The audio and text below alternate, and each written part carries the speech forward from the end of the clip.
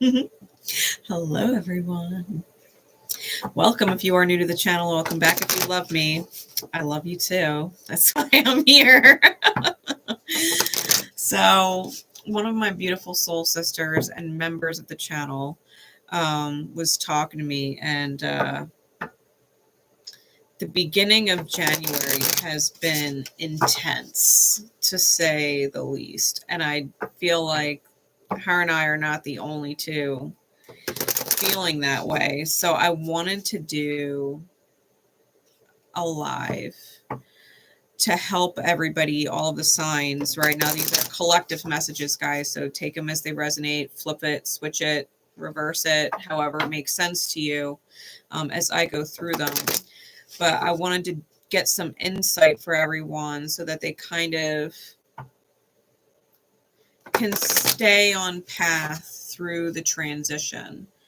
Okay, when Pluto transits a sign, it's a big deal.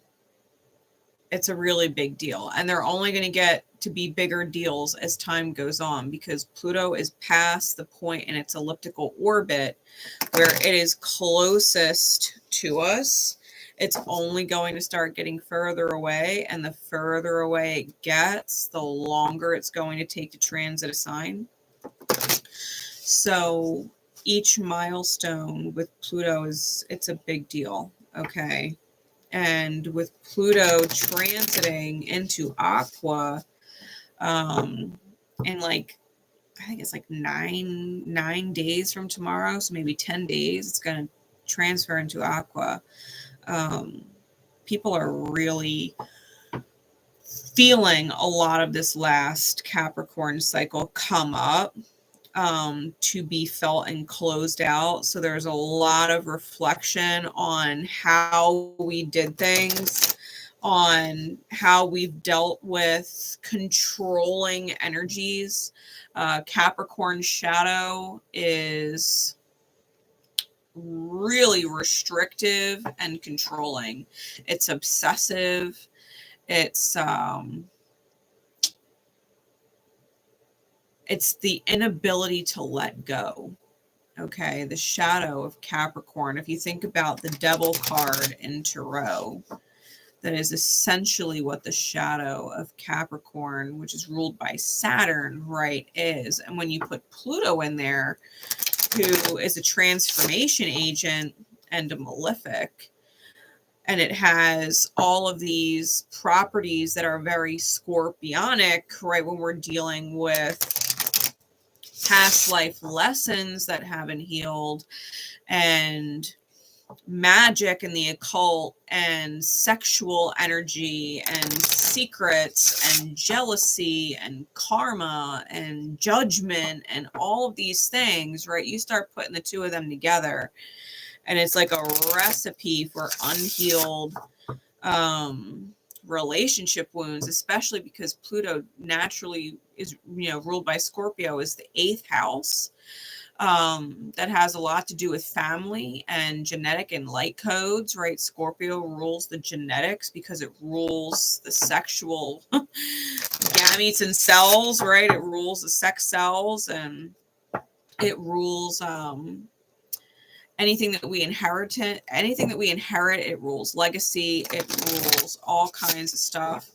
And the 10th house, which is Capricorn's natal house, has to do with career. It has to do with reputation. It has to do with the provider, divine masculine energy, right? Midhaven ruling 10th house. And so, we've probably been learning through a lot of seriously controlling and restrictive dynamic shifts that do not change, right? Pluto ruled by Scorpio. Scorpio is a fixed sign, okay?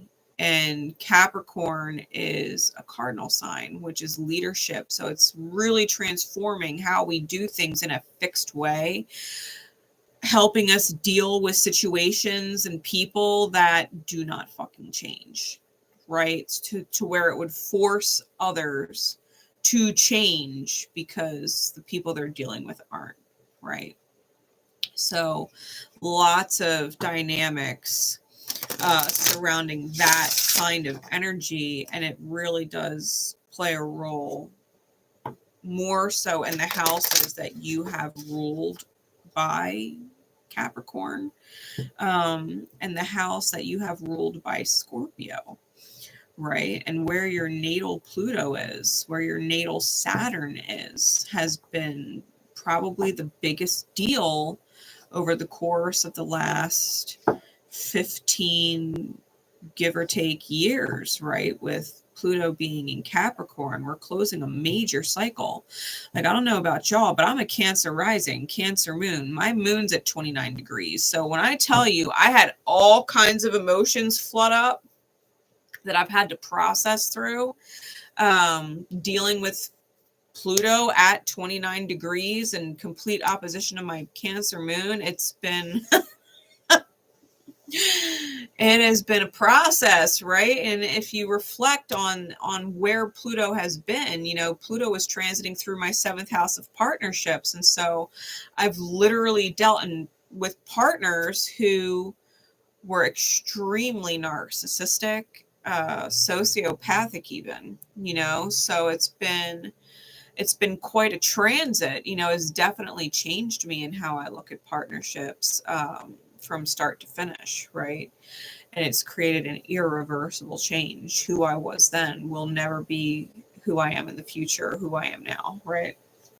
So there's a lot of things going on with relationship dynamics. And it's interesting because my most significant relationships during that time are people that I worked with, and Capricorn rules the 10th house, which is career, right? Reputation and work. So all of the different dynamic shifts that I've gone through essentially were people that I worked with. And so, you know, going back into your own chart and looking at the transits, where you're at with these energies and where you're going is going to depend, right? Moving Pluto into Aquarius, where you're going is going to depend highly on how you process where you've been, right? How you embrace the lessons. Because to be completely fair, people who are not reflecting and taking the time to process and feel through things, no matter how difficult it is, those who are completely resistant to change are going to have the most difficult time with Pluto being in Aquarius. More so because Aquarius is a sign of high speed. Like, Capricorn is an earth sign, and it is literally like the mountain, right? Capricorn's energy is that of the goat, you know, and so it's like getting to the top of this mountain.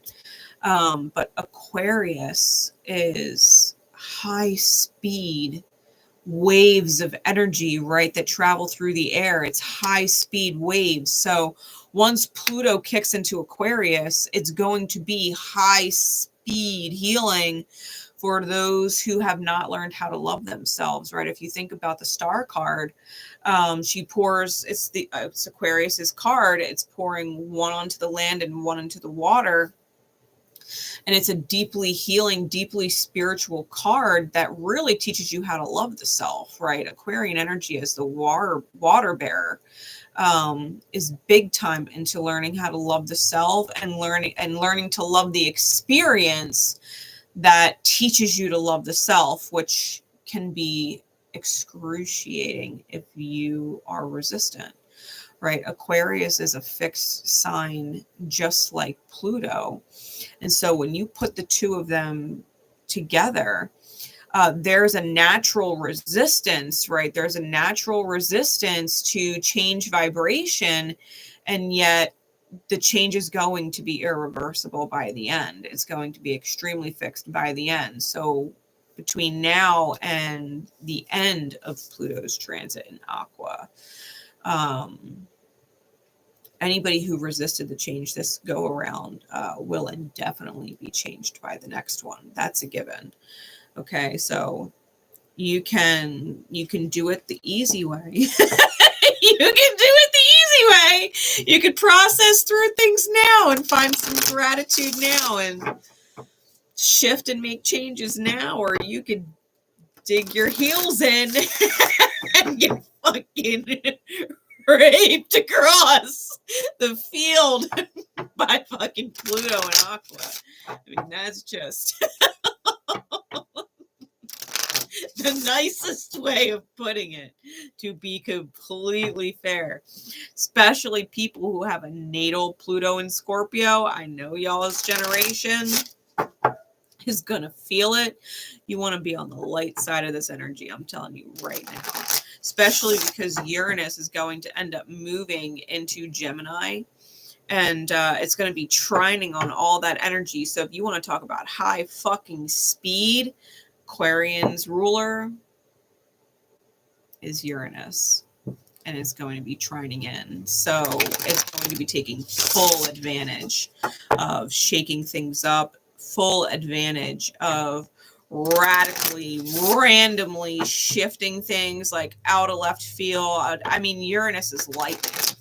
It's literally lightning. And so, you know, going into this whole transit, if you're dealing with the emotions, if you're feeling through the heavy things now and choosing to definitively change course, you're in alignment for the better. I know it feels hard. I know your old self is tearing at you to stay the same. But if you can fucking snap into alignment, if you could snap yourself into shifting and telling your brain you're going to do something different and do as your heart is pulling you to do, you will set yourself up on the bright side of Pluto. And to be fair, that is the only place in regards to Pluto that you want to be. Hey, Sandy, how you doing? Thanks. So yeah, you want to be on the bright side of Pluto. I mean, Pluto, it comes with love. I mean, literally, if you look at the planet, the different staining on the surface, Pluto has a huge heart literally on its surface. It is unmistakable. So, you know, the transformation, it comes with love, right? Pluto is, it's tough love. It is that tough love that never gives up, right? Never loses faith that you can change no matter how many lifetimes it takes you. No matter how many lifetimes it takes you. So we're going to be getting into these messages in hopes of giving you like a reality check on where you are so that you can move forward and possibly what the divine wants to focus on for you. So I am using the Supra Oracle.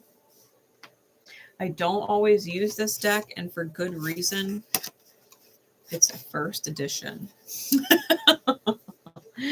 I bought a first edition deck and actually fucking opened it because I couldn't fucking help it. It had a gold seal on it. And I was like, I cannot use it. I paid $187 for it. I can't not use it. So I fucking opened it. So we're going to be using the Supra Oracle to get like a milestone or major energy focus moving into this new moon in Capricorn, right? It's the last conjunction that the sun and moon are going to be having with Pluto in Capricorn. And then I'm using the Tarot of the Abyss and the Dark Wood Tarot because I thought they were very, very fitting. And it's interesting because prior to going live, I originally wanted to combine the decks and just have one deck because the boxes are the same exact size. And so the cards also look like they are the same exact size until you shuffle them. And the Tarot of the Abyss cards are like a fucking millimeter bigger than the Dark Wood Tarot cards. So I'm shuffling them and they instantly wanted to start re-separating because when you hold them and one is taller than the other, naturally the deck starts to split there and they start to re-separate. So I thought to myself, energetically speaking, there might be the will to come together. But if one person is in full-blown color and the other is in black and white, you're misaligned in your energies, right? If someone is inside the full spectrum of Technicolor and someone else is just seeing things in black and white, and they're unwilling to evolve, right, into the full spectrum of their energy.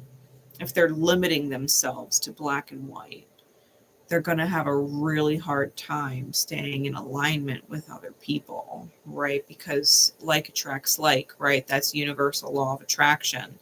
And I think if there's an unwillingness to change or evolve and a willingness to change and evolve in others, they're going to naturally start to separate, okay? It's just a matter of time. It's just a matter of time, right? So let's get into these messages. Oh, by the way, the new moon in Capricorn event is tomorrow. It's going to be pick a card style readings. It's going to air publicly, and I'm going to leave it up no more than 3 days. I haven't decided exactly how long I'm going to leave it public yet. I might even switch it to members only the following day, to be completely fair. I'll let spirit guide me when the time comes. But it is going to switch to members only, and it will be a members only chat. So for those of you guys who want to participate and continue to review or go back and watch the moon event for tomorrow that I'm doing, the pick a card event, you might want to consider signing up as at least a Pineapple Patron. They will be able to review it, okay? Pineapple Patron and higher. So, Aries.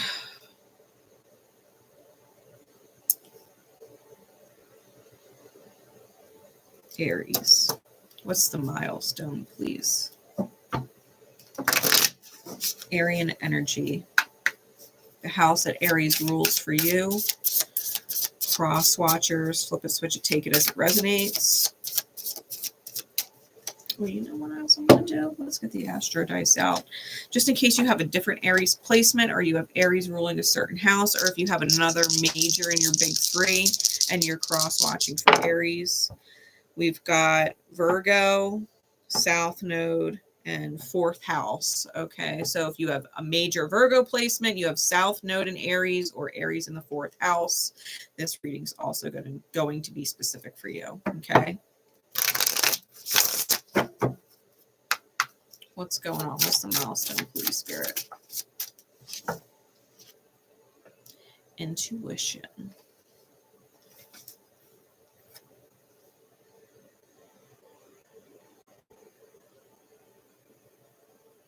Aries learning to listen to their intuition. Well, that's a big deal because, to be fair, intuition is really water ruled. And coming out of Piscean energy, right, the house right before yours, coming out of the 12th house from that which is hidden, not necessarily being in touch with your intuition. The closest water being after that being Cancer, right? In forward motion and in square with your sign. I think that it's going to be beneficial for you, Aries, to really start to open up. Instead of just, kind of moving forward and asking questions later, to really, at the very least, tune in to what you're sensing before you do something. Like, just because you want to rush in doesn't mean that you should. Just because you're sexually attracted to someone like crazy does not mean they're healthy for you. You know what I mean? So it's like really, really letting your intuition be an active part of who you are so that you can better the quality of your life experience, right? Arian energy is notorious for having wild fucking sexy chemistry with people, and it's a part of their love language, right? Sex and intimacy is a part of their love language. They're ruled by Mars. They have this crazy wicked attraction to people, and if they're not listening to their intuition and they're only thinking with what's between their legs, I mean, it's it can get really fucking toxic. You know what I mean? That's men and women alike. You know, when Aryan energy gets a fucking hair up their ass, they are so attracted to somebody, and chemistry is more important than who they are, how they treat people, or what kind of partner they end up being once you're fucking living with them, right? Like, you don't even realize that staying in it for the sex is not good. Right? It's not a good reason to be with somebody. You know, are they even reliable? Can they even make money? You know, are they a good homemaker? You know, like, what do they take care of themselves? You know, are they independent, codependent? Like, what are they mean? Right? Like, it's great if you have chemistry with someone, but if they're fucking mean, you got to defend yourself, right? 7 of Wands. All right, let's see what's going on. Insight, please, for Aries.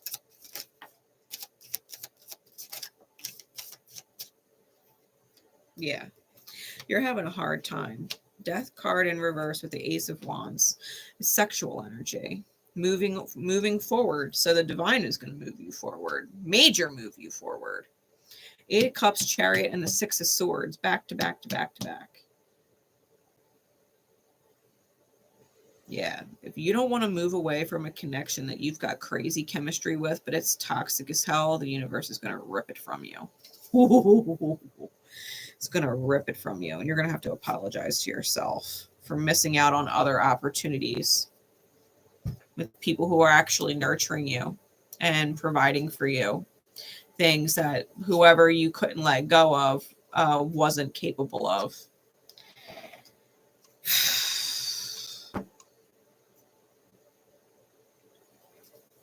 Page of Cups is on the bottom. Yeah, you might have to go back and apologize to someone because your intuition knew better. And to be fair, you probably had people from your 12th house or connected to you through different energy, especially like Neptune. If you have a close Neptune to somebody in your chart who is trying to warn you,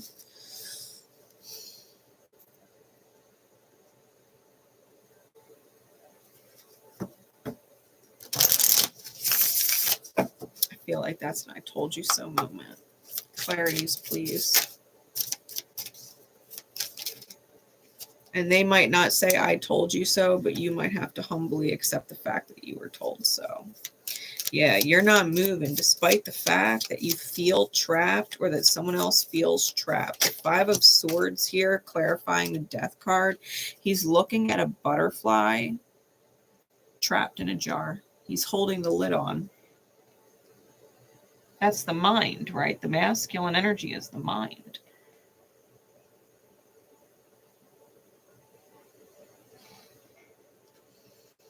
Hey, Lori, how you doing?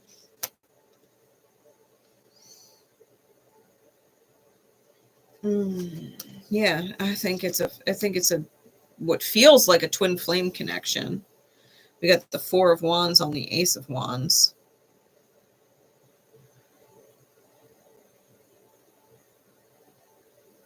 Eight of Pentacles on the 8 of Cups, the Hanged One on the Chariot, and the 10 of Swords on the 6 of Swords.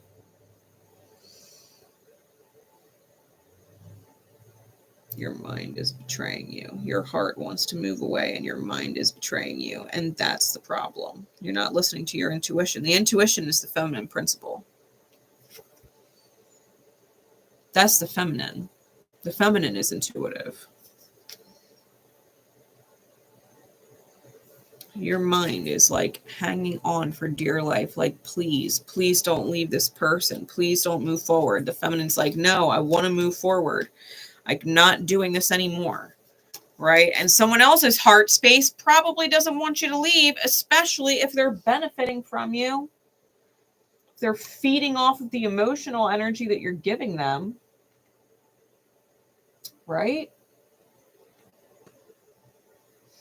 You see the person in the background on the 6 of Swords has their hand out, please wait. And the 10 of Swords right here, the masculine, please wait. Come back.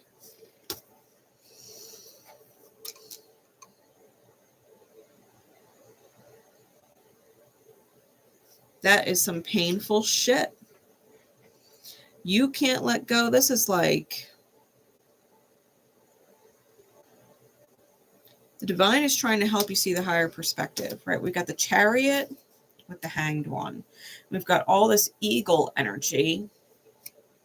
What's crazy about the Hanged One, it's upside down and there's ravens on the card and the ravens are upside down. And the eagle, obviously, on the Chariot card is in the upright. And it's like your past lives, right? Ravens are past life informants. They're ancestors. You're tuning out your ancestors. And it's like you're not, you know, you're not actually allowing yourself to hear the call. You're spiritually stuck. The Hanged One, the Hanged Man is about being spiritually stuck. And the divine is going to move you forward. Because the Chariot is divine intervention. Yeah, Queen of Cups is on the bottom with the Six of Pentacles. Yeah, you are Aries.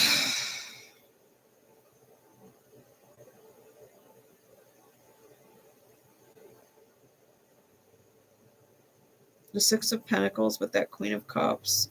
The way these Six of Swords, Ten of Swords cards are coming out, that you need to put an effort into moving forward to get away from the snake.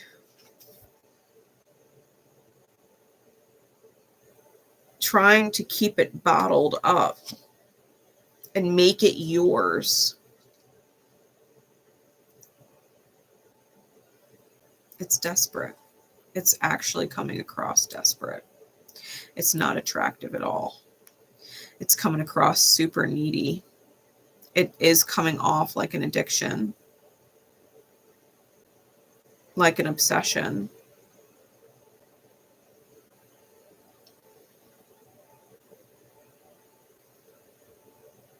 I think you're refusing to let something die and trying to hold on to it because it was probably the best sex or the most attraction you've had to somebody.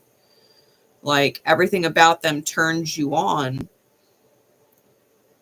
But that cannot be the basis of a long-term commitment. Like you can't fuck your way to the finish line. You know what I mean? Like at some point, the two of you are going to get old and not even be able to get that thing going no more. Then what? Then you're just stuck with nasty ass energy for the rest of your life. You get to grow old and be with someone who's fucking treacherous or boring as fuck, that you're completely incompatible with on every other level, that you would lose every other opportunity, right? The Four of Cups, that you would lose every other opportunity with someone who is legit compatible and better off with you because you can't get your head out of whatever is going on in the lower regions of the body. Like, I mean, do what you want. Do what you want. But you're going to have a really hard time post new moon in Capricorn with Pluto moving into Aqua if you do not put your brain back inside your head where it belongs. Because you're thinking with whatever is down there.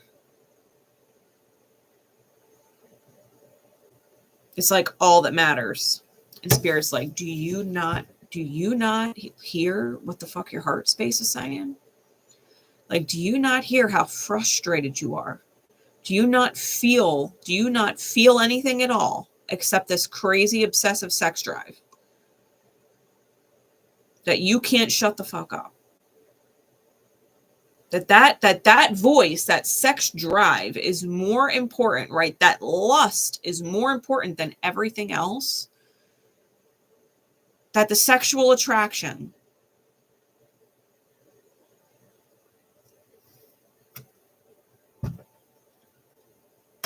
is more important than peace. It's more important than security. It's more important than emotional well-being. It's more important than the highest good of everybody involved. right? You might be super fucking toxic with someone who's got kids. And it's super fucking toxic for their kids to witness it and grow up with that. It is hella fucking toxic. You're psychologically wounding kids because the sex drive is so strong. You know what I mean? It's like, what the fuck are you doing? All that matters is the chemistry. It's all consuming. And you're unwilling to let shit go. And thinking they're your twin flame or whatever the fuck you're thinking. Because you had some crazy chemistry with them. Or you have some crazy attraction to them. Like, I love you, Aries, but you're off your fucking rocker. That is not long-term material. That is not partnership material. Sounds like a really good time. Sounds like a great time. It also sounds like it's very fleeting and unsustainable. And if and when you're pissing each other off and you don't actually want to sleep with each other,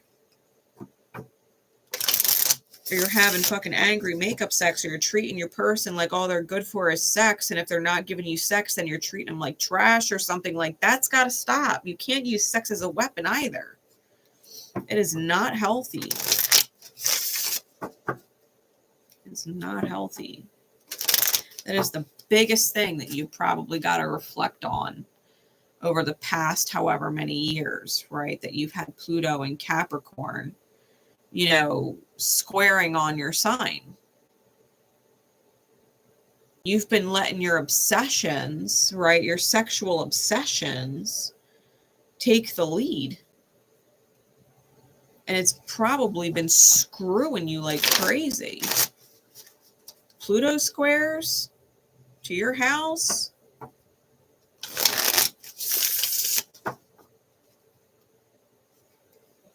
That's going to be fucking rough.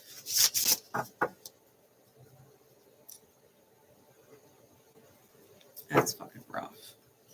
If you didn't learn it by now.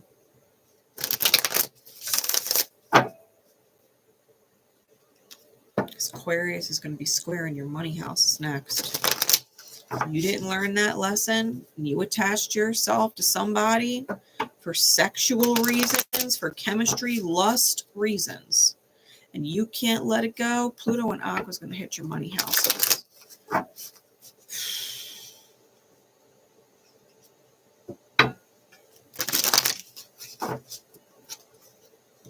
Really. And this also applies to Virgo South nodes in 4th house Aries. Okay, that's also Cancerian energy and Mercurial energy. Okay. Getting into Taurus.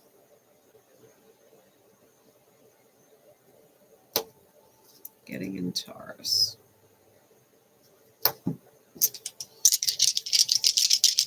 Aphrodite for Taurus. You could also have strong Geminian placements. I've also got Uranus, which is in your sign right now, and 7th house. All right, so you might have an Aries 7th house or Gemini 7th house, or have Uranus in one of those signs or houses. Okay.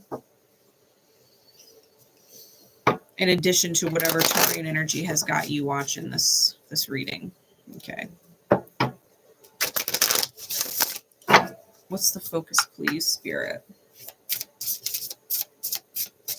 What is the focus for Taurian energy? Cross watchers, take it, flip it, switch it. However you need to hear it to make it resonate, right? It should resonate with you. You shouldn't be forcing it to fit. Just take it how it resonates.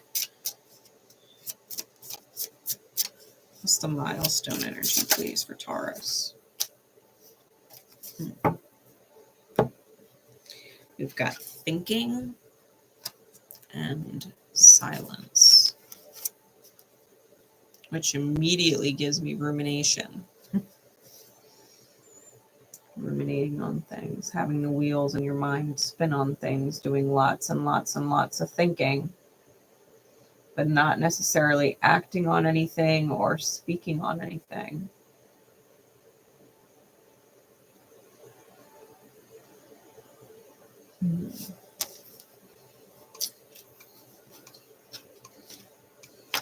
Thinking about the maze you're in.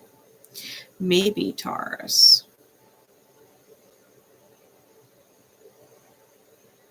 You have to work on thinking through things more, right? The bull can sometimes brute force its way through things. And I think you might be better off moving forward if you can respectfully think in silence and not necessarily say everything you're thinking about or do everything you're thinking about, but just simply think through things quietly and mental note it, right? That you're thinking certain things, especially, like I said, because Aquarius is going to be, Pluto is going to be squaring your sign in Aqua. And Aquarius is a big thinker. Changing the way that you think. You might also need to silence your mind in certain ways, like especially when it comes to negative self-talk or potentially like wishing ill on people or things like that. Like you're not going to want to do that with Aqua and Pluto squaring your sign.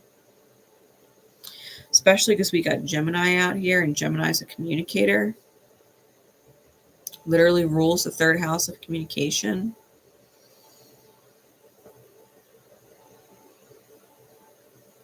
Just because you're not saying it out loud and you're only thinking it in your mind doesn't mean you're not manifesting. And it manifests at high speed in Aquarius. So, and you know, you got to understand the mirror. If you wish it on someone else,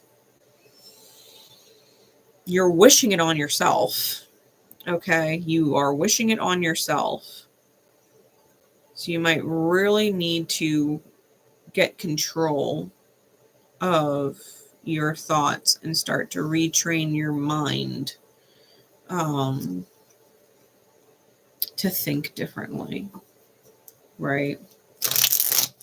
Like if someone's getting on your nerves and you hope they get hit by a fucking car, you know what I mean? Like you really should stop and remember that this person who is frustrating the shit out of you is a wounded person and deals with things and has dealt with things in life that you do not understand, and shows at least enough compassion for that person to hold space and move on. You know what I mean? Like move on.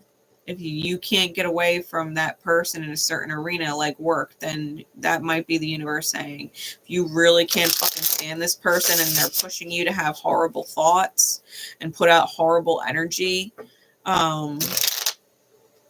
you might want to just change jobs and change the way you earn, right?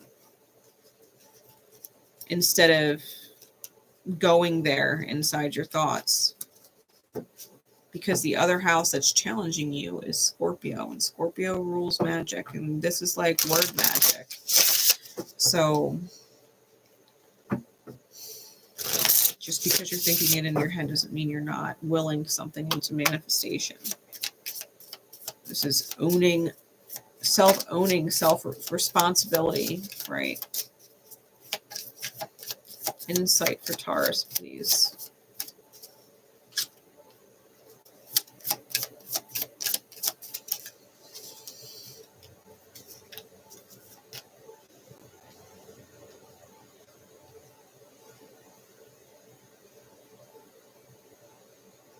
Fire, fire, fire, water. Give me one more. Two more.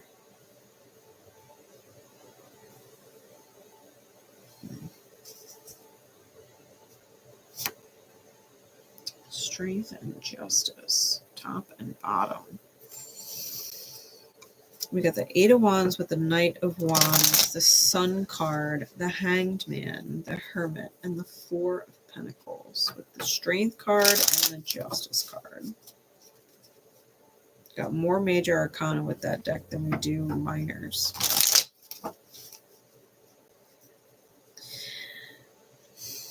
Yeah, this new moon in Capricorn on you, Taurus, especially because you got Uranus in your sign, and Pluto is about to click into Aqua, and Uranus is Aqua's ruling planet, and it's going to be in your sign for the whole beginning of this transit, right?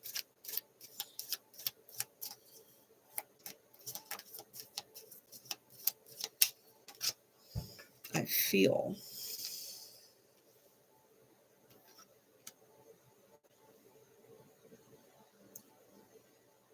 like you are being given an opportunity.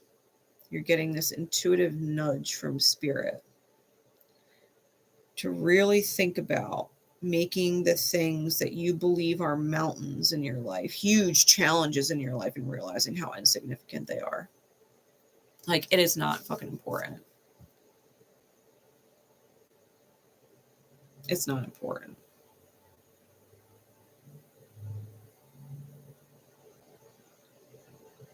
So afraid of poverty mindset. Afraid of being without. We get the Knight of Wands with the Five of Pentacles. Like, if you think that you need people to be stable, that you're not capable of being stable on your own. And that's the thought, right? The things you're thinking in silence that you're not talking about.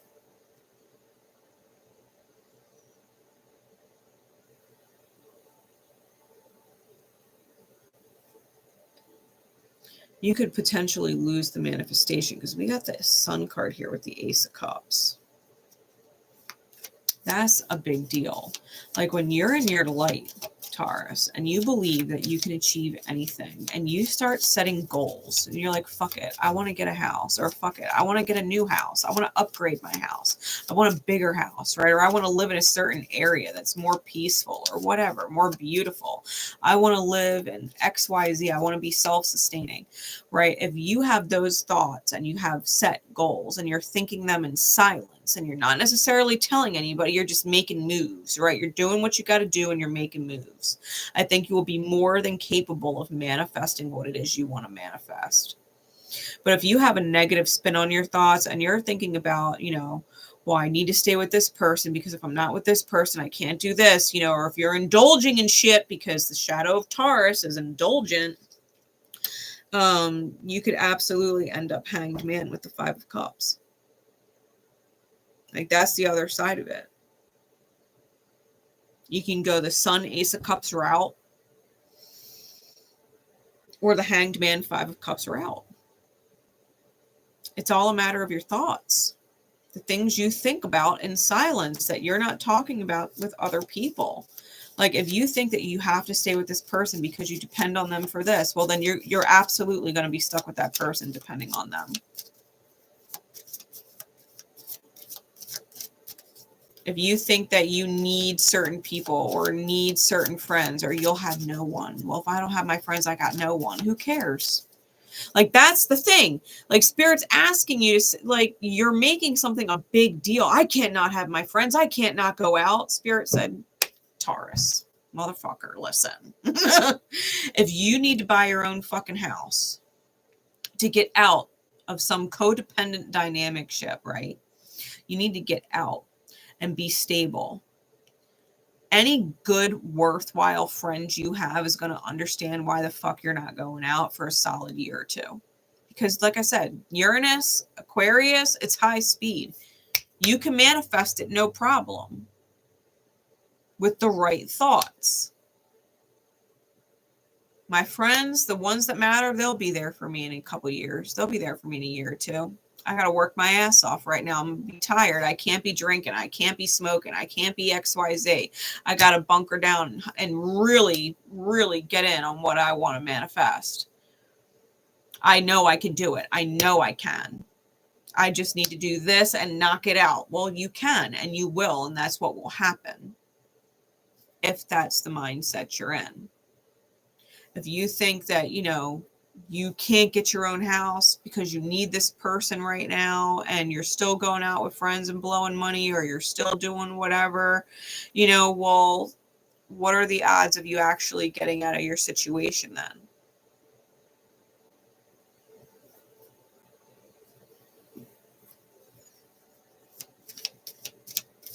You know, Justice card on top. Fair is fair. The manifestation did not lie.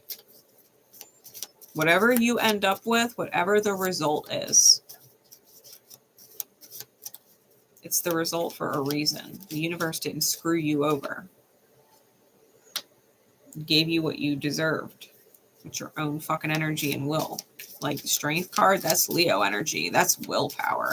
Can you stare your snakes in the fucking face and not fucking flinch?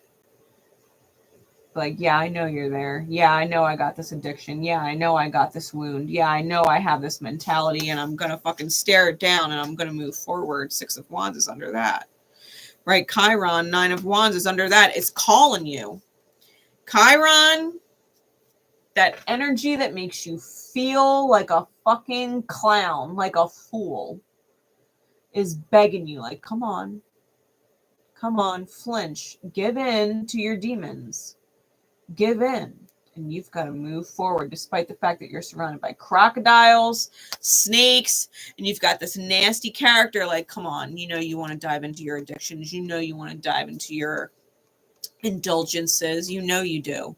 You're never going to be able to save up for your own house. Not if you're doing this, not if you're doing that. Oh, you've got to pay child support. Yeah, you're never going to be able to afford your own home. So fuck it. Go drink. Fuck it. Go buy some weed. Fuck it. Go buy whatever. Right? You deserve a break. You deserve to relax. You're stressed. Well, that mentality is going to be what's keeping you stuck. That's the mentality that's going to keep you stuck. That's going to cause the 5 of Cups on the Hanged Man, the stagnation into grief, right? That'll put you into a depression.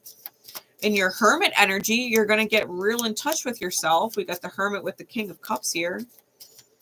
When you've got nothing and no one left but yourself, and you've completely stagnated into oblivion, you'll finally start digging into your depths to find your light. And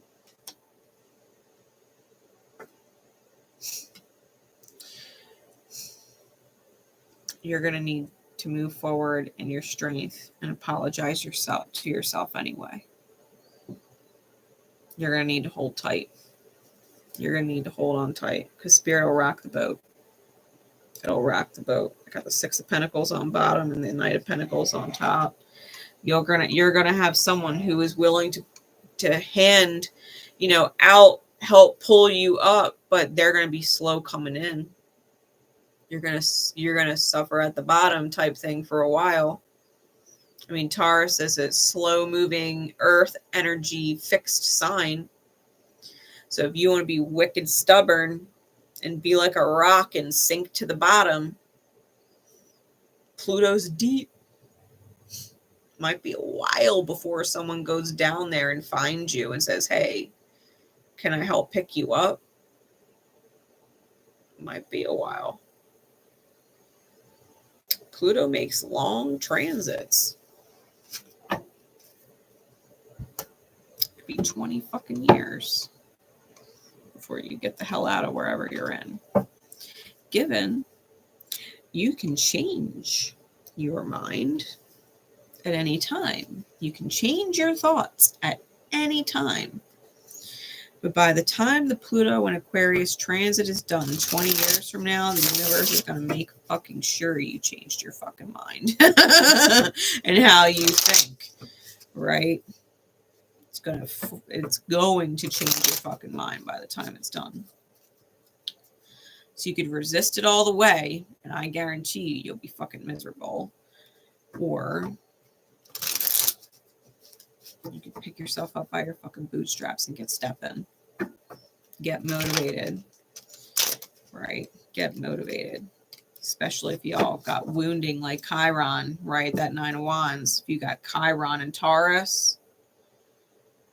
If you've got Chiron and Taurus.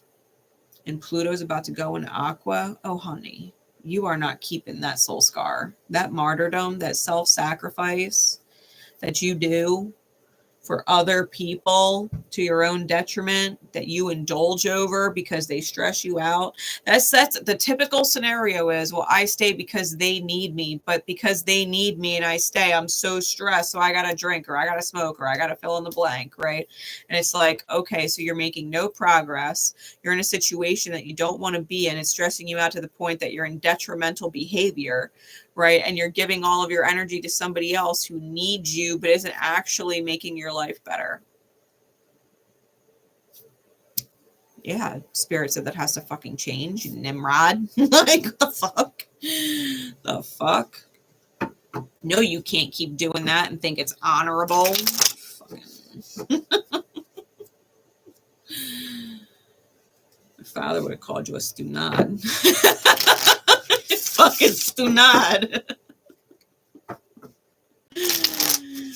Oh my God.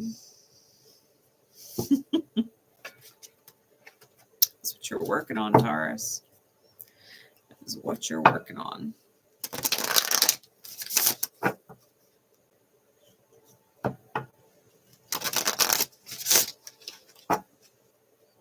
Fucking grow a pair. Bull size. All right. Gemini.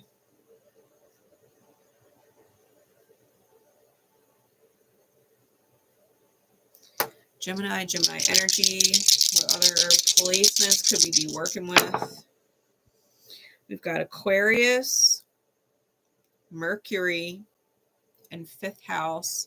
So you could also have Gemini ruling your 5th house. You could have Mercury in the 5th house, Mercury in Gemini, or have Aquarius in the 5th house or Aquarius, Mercury, right? Any combination of those dice in addition to Gemini being the reason why you're watching it. All right. Those are the dice.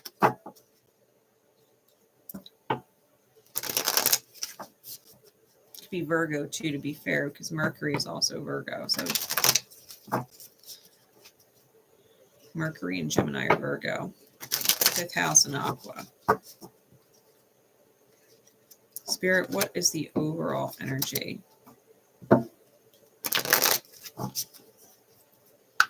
for Gemini?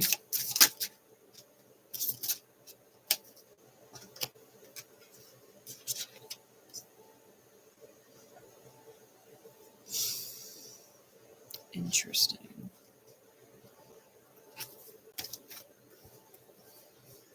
Improbability and water magic.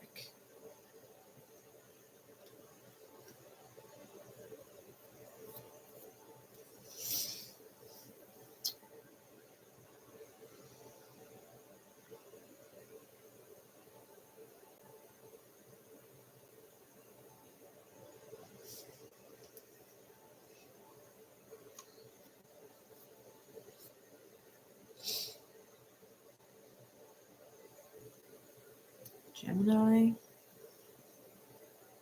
especially because we got the Archer here in Sagittarius as your polar sign, right? Your sister sign, your polarity.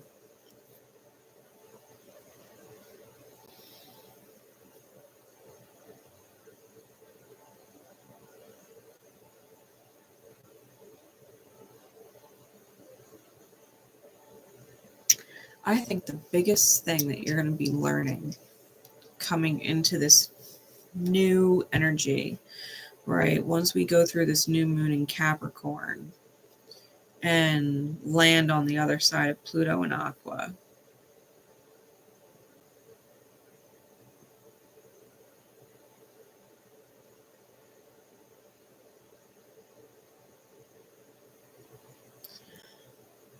You might not believe it.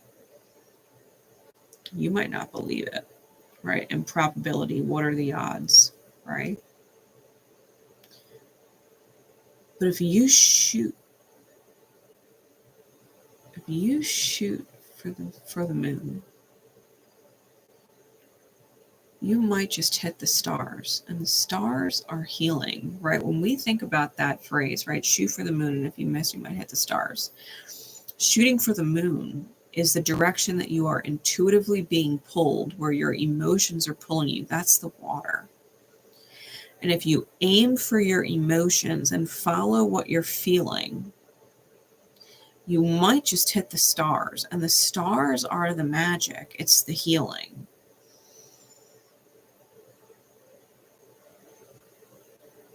I think, Gem, you gotta take a chance on your intuition. But more so facing your emotions. Like, you're feeling it for a reason. Spirit wants you to aim for it for a reason, because even if you don't hit your target, what you'll end up hitting is even better. And you'll be surprised. You'll be surprised at just how well you hit whatever it is that you hit, that you were always meant to hit it.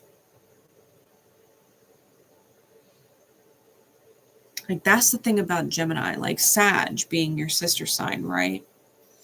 Can see the outcome, but doesn't know how to get there, right? Gemini, on the other end, can see the next step, but has no idea where it's going to end up. Think about that. That's why integrating the two is so important. Sag can see the goal, but not know the first step to take in order to get there. But they've got to hold that vision and trust that the steps they're taking are going to get them there. And Gemini's the opposite. They can see the next step they got to take, for sure. They always know the next step, but they have no idea where the steps are actually going to take them in the end. They just got to trust that they're taking every step, knowing that they're going to get to wherever they need to get in the end, right?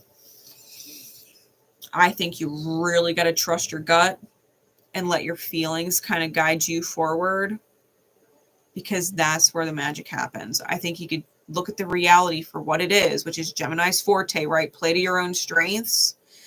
Look at the reality for what it is, and then act in accordance with how you feel about it. Act in accordance with how you feel about it. Get nervous at the risk, but take them. You know, like, if you got to take risks, take risks. Because to be fair, Sag will tell you, no risk, no reward. No risk, no reward. Sometimes you got to fucking let the arrow go and watch it fly, because it fucking hits, right? It hits where it's meant to hit. Trust, Gem. Trust. Your intuition is letting you know step by step what direction you've got to move in. Your emotions, they'll tell you when to hold up. They'll tell you when to wait. They'll tell you when to just go for it. Like, you're going to feel it, right? You're going to feel it. That water is that magic. You're going to feel it. That stop and go and run energy. You're going to feel it. Yeah, solutions of a soulpreneur. Exactly, Shotproof. How you doing? Exactly. Yeah, you've gotta trust what you're seeing, and trust that you're being guided, right? Divinely guided to take steps for a reason. It's gonna get you where you need to go. Don't fight the way you feel about it. Trust the way you feel about it. You'll end up exactly where the fuck you're meant to. Exactly where. Give me some insight. Gemini energy. Yeah. Yeah. 7 of Wands, Queen of Wands, Sun card, Knight of Cups, Queen of Cups. Ooh. It's going to give other people anxiety, especially if they've been taking off of you. If you've been giving unconditionally, Queen of Cups. It comes out with the 5 of Cups. I got the 6 of Pentacles on the bottom. We've got this goat figure giving to the energies, begging down here. The impoverished heart spaces. People who don't listen to their own intuition. It's going to put them in 9 of Swords energy and a journey, to be fair, to understand with the Hermit card how they sabotage themselves. And it's because they miss their own opportunities, 4 of Cups, to go after their vision. That's the 4 of Wands. They're not paying the troll under the toll bridge. They don't want to put the work in, right? And they've got to transform.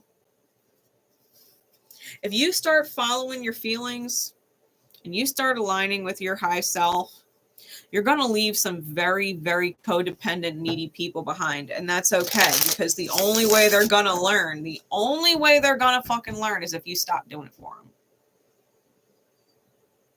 Show them. Show them how to achieve their highest good by leading by example. It's like if you just go out there and fish every day and bring the fish home, they don't know how to fish and they depend on you wildly to get the fish for them. But if you take them out like, see, this is how you do it, and you show them how to fish, well, they don't actually need you anymore. And that's the blessing of it. You can move on and do other things, but fish for needy people every day. Right? If you want to live your best life and manifest your dreams, then you've got to believe in them. Well, the only way you're going to teach other people how to manifest their dreams, to believe in their dreams, is if you show them. You go and do it. You go and do it.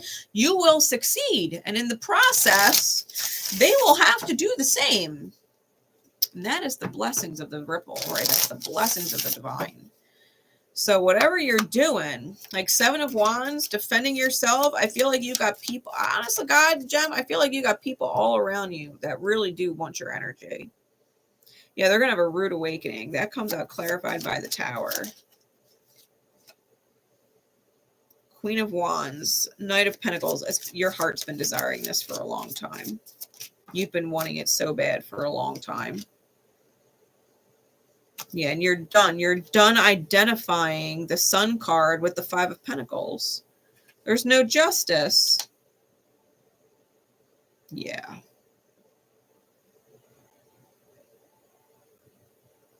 This is a bunch of empty, sweet talk promises. It's a bunch of I love yous that don't mean anything. Right? I think that you're dealing with situations and identifying with this poverty mindset and listening to people say, I love you, I love you. And you're like, but your actions aren't fucking saying it though. Your mouth's moving. You're telling me that you love me. But the way that I feel around you, it doesn't feel like love. I don't feel loved. Knight of Cups with justice in reverse. That is insincerity. And that is not fair. You got people taking from you, creating debts in soul. And that's not right. Why do you want people to feel in debt?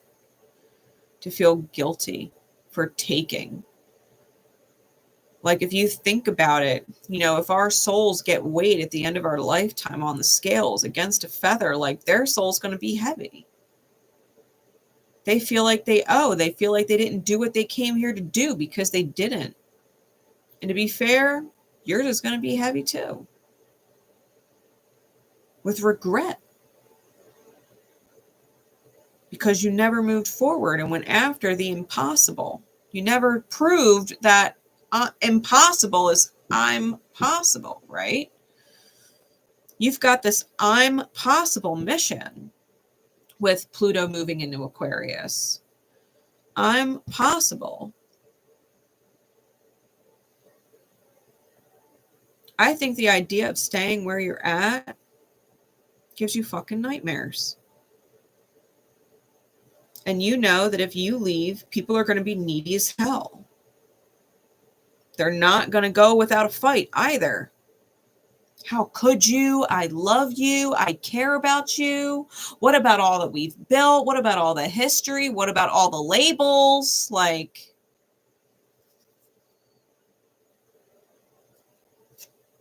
yeah. Page of Cup on bottom, Empress on top. It's like, sorry, I got magical shit to do.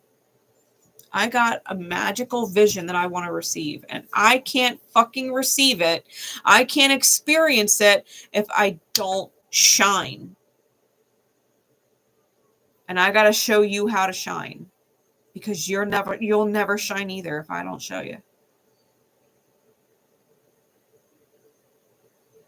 It's wildly unfair to everybody if you don't believe in how possible everything is. Yeah, the shadows are going to want to cling. They're going to want to cling on for dear life. The codependents, the needy, the lack, the entitled. They're going to cling on to you for dear life. I'm this label. You have to take care of me. I'm this label. You have to care about me. I'm this label. You have to love me and sacrifice for me and do for me. And you're like, no, I don't. Matter of fact, the label is a straight up illusion. Like, you're just a soul here in my mirror, challenging me to grow, and vice versa. So I'm gonna grow so you can do the same.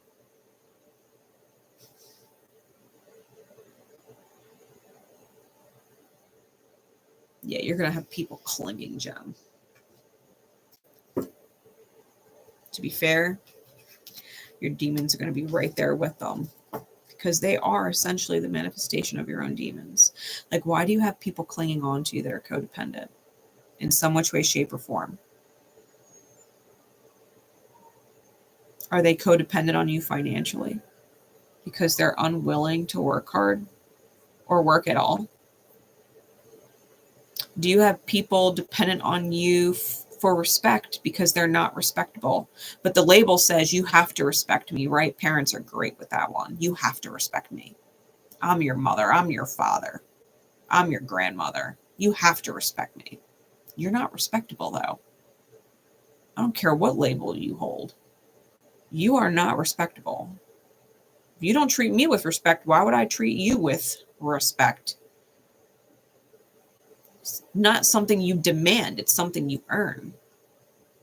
Your character says it all. Respect is earned, because you're either respectable or you're not. Like, what is this person depending on you for? Is this person constantly seeking for you to tell them that they're good enough?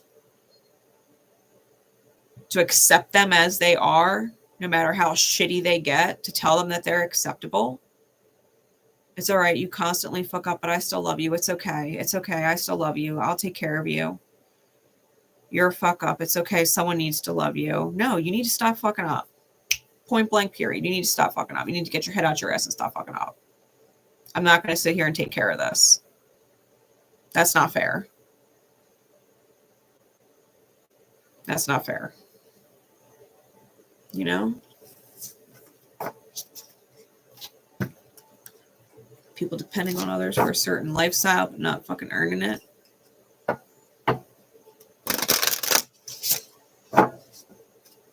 They want the bennies of a good, loyal partner. But they don't even want to do that in return.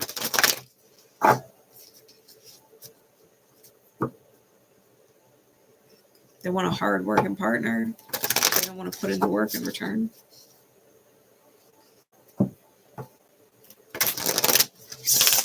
Come on now. People got to learn. Sometimes, Gem, you're called to teach. You are called to teach. There is a reason why the third house rules communication and education. People need to fucking learn. Just because Sag is known as the teacher does not mean that Gemini is only the student. They're a polarity for a reason. And it goes both ways. Sometimes when you choose to teach, you obtain the wisdom of the ninth house, which is your polarity, right? Sag rules the ninth house of wisdom and mental expansion. If you are the student and you're constantly being taught by other people and taught by life experience, when you step into the teacher role, there is wisdom there. There is wisdom to be gained there. Step into that energy. Step into that energy and teach. Don't be the one with your fucking handout, your energetic handout, right? Give me respect. Give me this. Empower me with this label so I can hold it over you. Like, don't be that fucking person. It's not a good look. It's not a good look. Nobody likes that person. People talk shit about that person behind their back. True facts.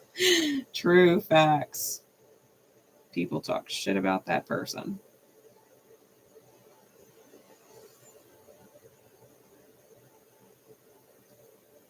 All right.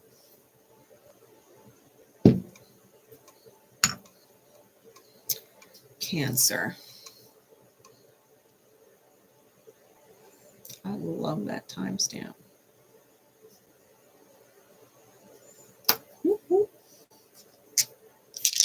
All right, Spirit. What dice for Cancer? We've also got Venus, second house, and Virgo. All right, so you may have Venus in the second house. You may have Virgo ruling your second house. You may also have Cancer ruling your second house. Okay, you can have any of those combinations of energies with Cancer. You may have a Cancer Venus or Cancer ruling your second house. All right, you may have strong Virgo placements in your big three. All right, that might also make this reading significant for you. All right. What is the milestone energy, please, Spirit? Cancer. What is the milestone energy for Cancer?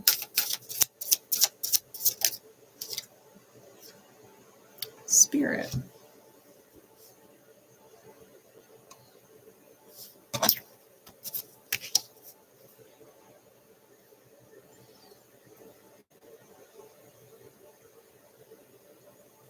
I think you're getting high help, Cancer. Especially since Pluto is leaving Capricorn, opposing your sign. It's been fucking brutal. I know. I know. It's been fucking brutal. I think that you are going to have what essentially feels like angelic help, whether it's from above or here on the earthly plane below, right? As above and so below. I think you're going to have angels all around kind of helping you release all of the shit that just transpired over the last 15 years with Pluto opposing your sign.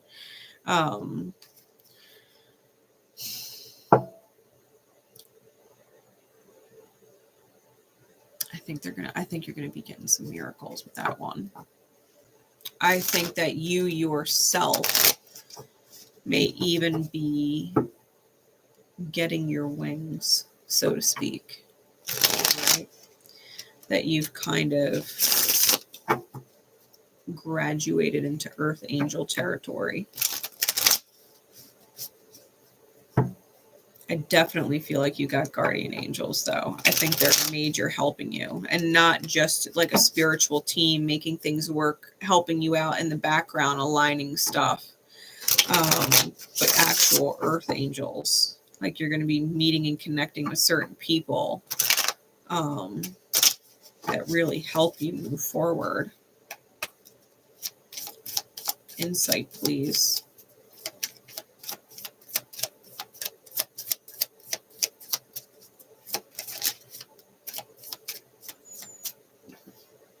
Ooh, you got a choice. Got the Lover's card with the Two of Pentacles. That's crossroad energy.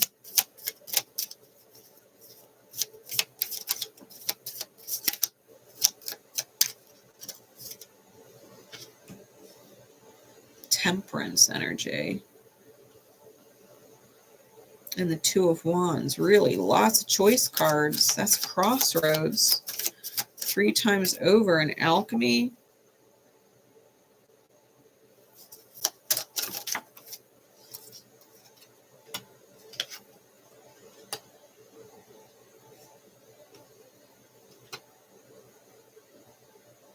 Oh, you're getting major clarity from pain.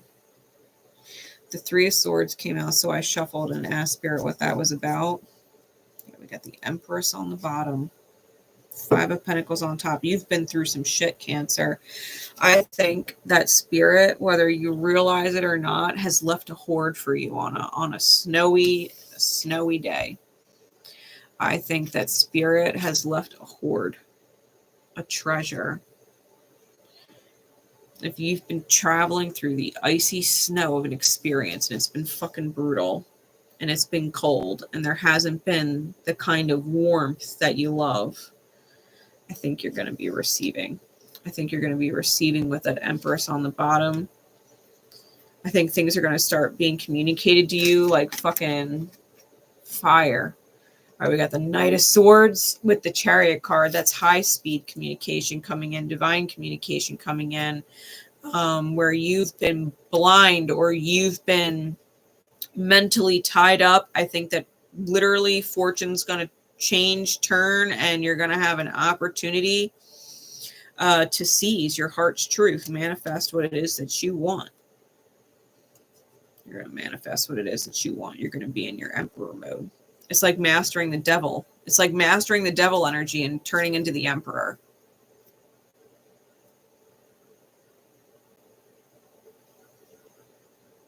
You've got a choice to make, though.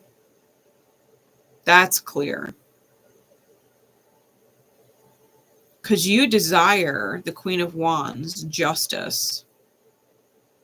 You desire justice. And you're really fucking clear on that. If you've gone through some pain, you want justice. I think the fact of the matter is that if you want justice, the choice is between acting on that justice yourself or trusting that Spirit's got your back and that justice will be served, that you don't have to focus on it. I think that's the big choice. If you deserve to receive better, then you've got to trust that Spirit's got your back and you're going to receive better. And if anybody is due karma for mistreating you or hurting you or betraying you or using you or taking you for granted or devaluing you or diminishing you or disrespecting you or abusing you in any way,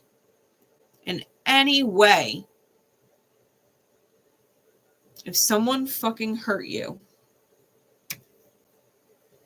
and it's not fair and you wish you had justice, and you got to trust that Spirit's got your back and not be the judge. Don't be the one to judge.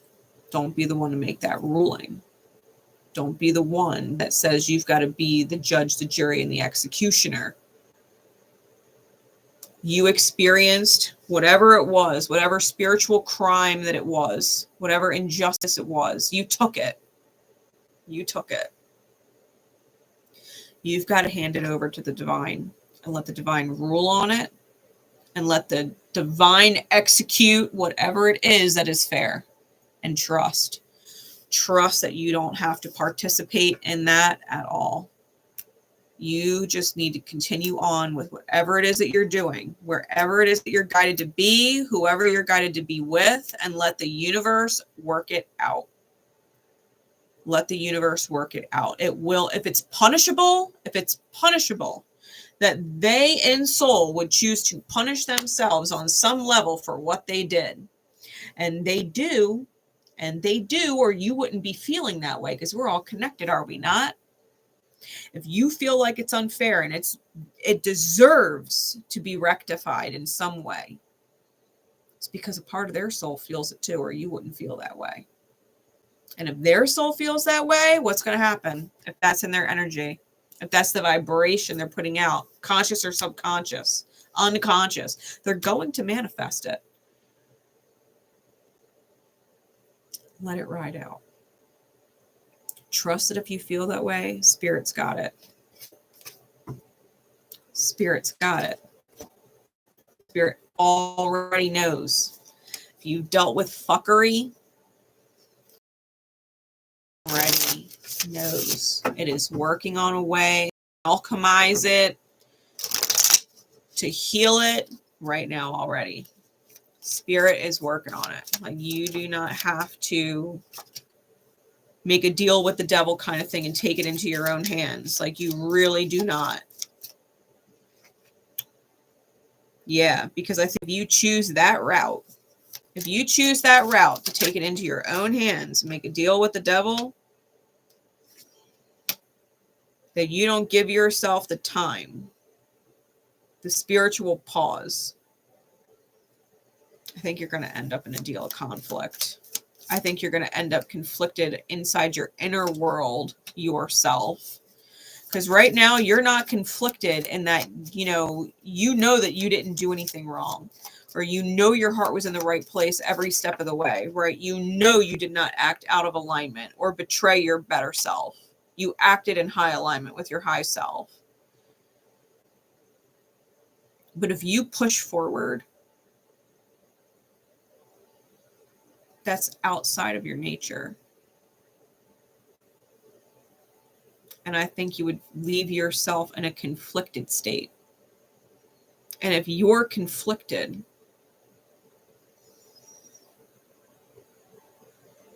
and that's the energy that you're putting out, what are you going to manifest? It's high speed Pluto in Aquarius. Let the universe show you what the fuck it can do when you trust it. Because if you do, I got 10 of Cups on the bottom. I got 10 of Cups on the bottom. I got Knight of Cups on top. Trust. Trust. Things will heal. And it'll all be revealed in time. Just because you don't see it now doesn't mean you won't see it later.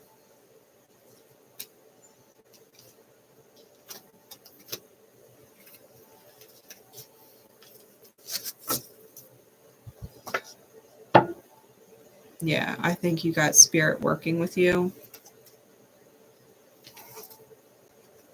And you've got to trust what Spirit's doing. Because this other shit, right? Judge, jury, executioner shit. Cancer, you're like a love bug. It is not your job to put on an executioner outfit and get the fucking axe. Like, it's not your look. Scorpio, maybe. But it's not your look. Stay lovable. Stay lovable. Take the lead, right, in that regard, and show people what it's like to just trust the divine and move on. Right? Don't let it spin around in your thoughts. Don't ruminate on it. Don't, get upset because you ain't seen no justice yet or whatever. Like, it's fine. Spirit ain't going to make a mistake. Let it go. Give it to God, whatever you do. Okay? But don't hold it in. Don't let it spin. Just trust it's getting worked on. Okay? Trust.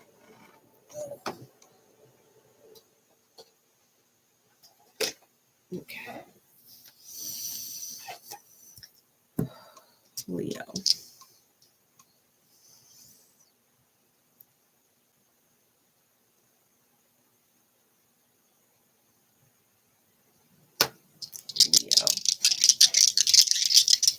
With dice, please.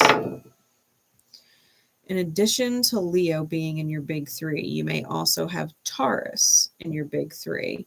You may have a Mercury in Taurus, a Mercury in Leo, or have Leo ruling your second house, or have Mercury in the second house, right? Or Taurus ruling your second house. Any combination of Leo, second house, Taurus, and Mercury. Okay, this reading would also be for you. Okay.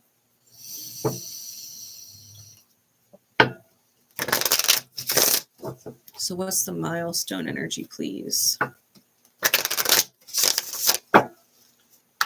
For Leo. Leo energy. The hidden. Oh, Leo. You got Pluto opposing your sign. We've got the hidden.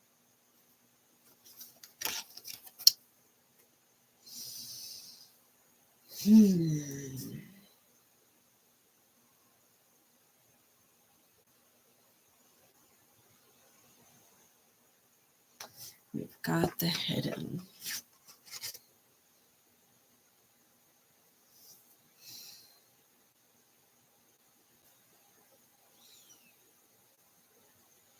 What's interesting in the background, it almost looks like there's castle ruins in the background. And this is obviously stone here, like a mountain here. But it's got this intricate cloth with the tassels right in the fringe tied up to a post here. It's got like a screen.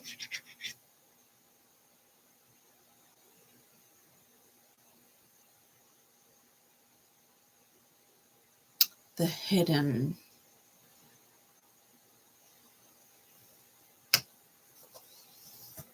Let's get some insight into that. Really, Pluto is going to be opposing your sign from Aqua. I think it's going to change your point of view.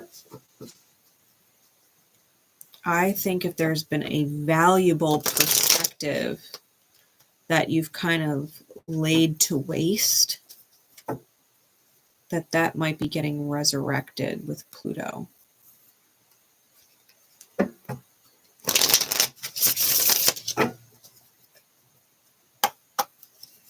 Insight, please.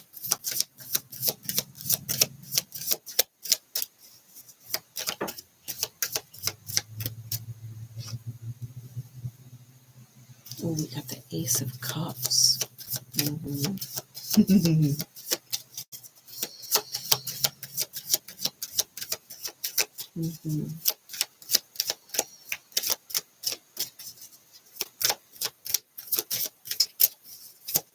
Ace of Cups, Temperance.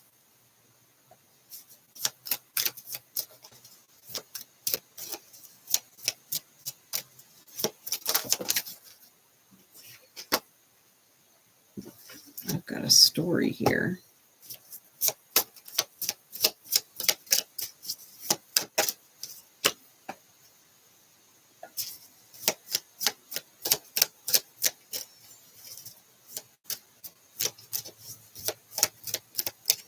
I think you're going to get crazy downloads, Leo.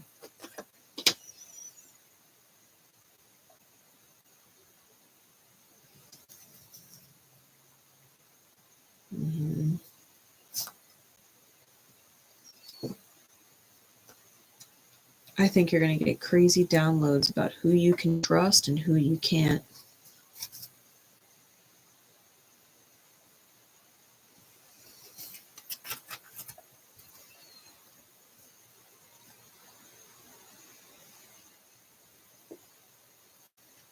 I had this chunk come out. I got the King of Wands, the King of Swords, Judgment, the Seven of Cups, the Four of Wands, the Six of Wands, and the Five of Wands.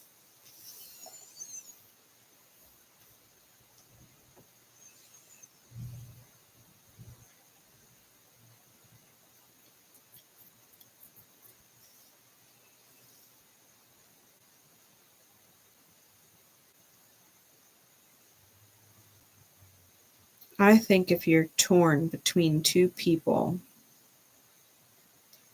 including your old version and your new version of self, your old way of thinking and your new way of thinking,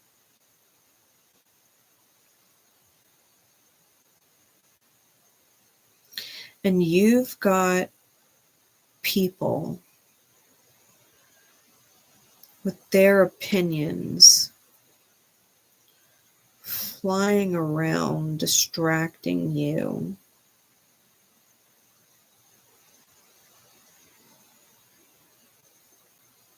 Right, like the bats.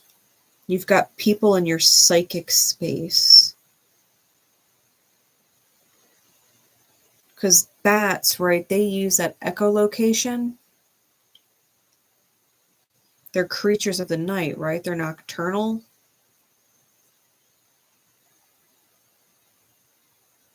I think the bats are fighting to take up residence inside your head.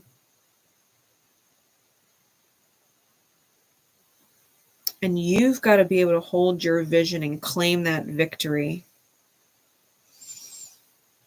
Let your soul light your way through the night.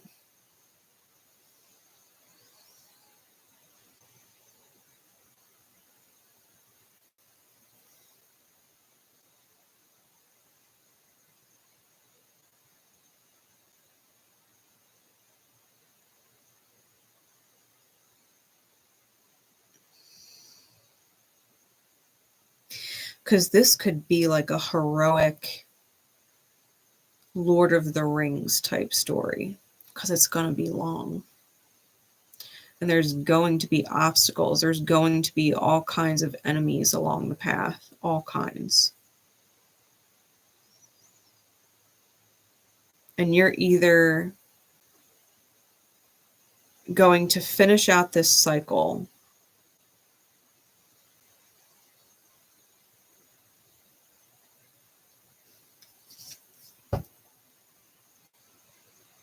getting rid of the fucking ring, or you're going to end up a vulture, right? This vulture type energy where you pick the bones clean off of what's dead.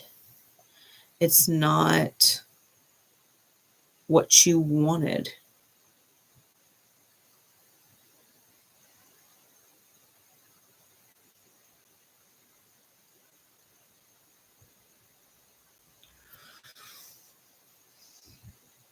I think you're going to have a lot of people trying to live rent-free inside your head.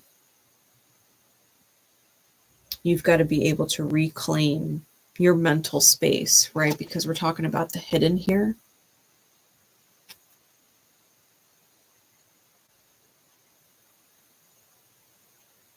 I think if you haven't laid something to rest from this life or a past one, especially a past one, and they're coming at you like debt collectors, right? That's why they're inside your head. They're taking your mental energy, your psychic energy, your emotional energy, right? It's energy, it's a currency.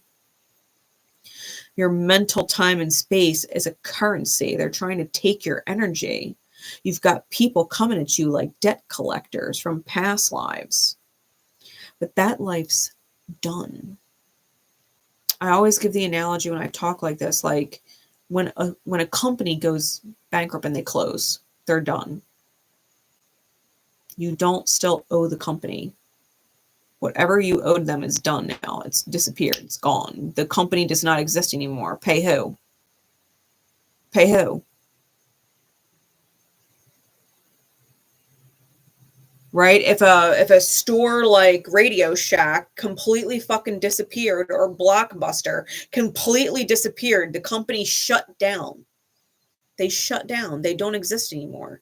If you had a debt or a bill owed to Blockbuster or owed to Radio Shack, you don't owe it anymore. The company's gone. It's gone. Oh, who? It's no different. If the lifetime ended and they felt like you owed them, that would be like Radio Shack coming and knocking on your door saying, "Hey, excuse me, you still owe us $200. It's like, oh, who? You? No, you owe Radio Shack $200, but Radio Shack doesn't exist anymore, ma'am. But I used to work there and you need to pay the money. It's like, no, I really don't though. Like, you are not Radio Shack. You are just a person. Radio Shack's closed. It's no different with these past life people. You hurt them last life.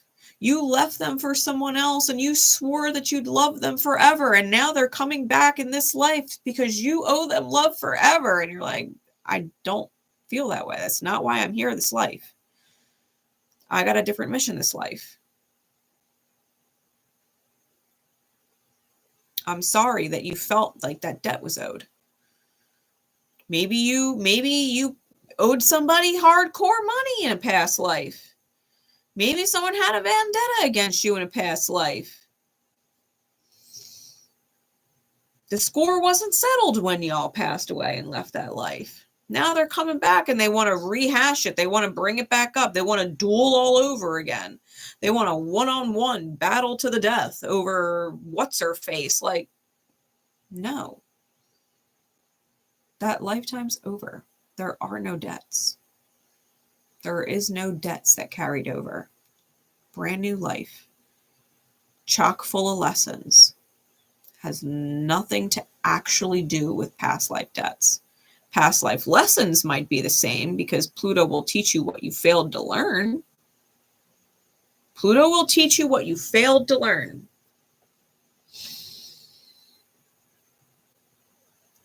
Yeah. Exactly, shockproof. Exactly.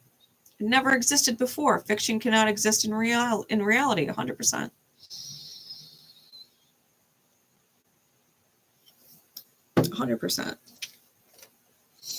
Yeah, you're going to have all kinds of people coming to get all up in your energy and distract you from what you actually need to do.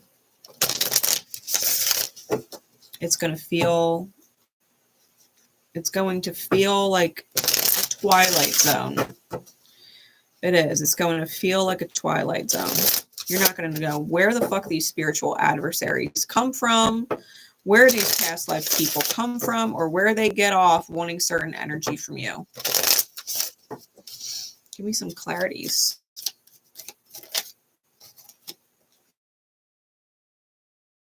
People are holding on. Make it right. Ace of Cups, Queen of Cups, especially in the love department.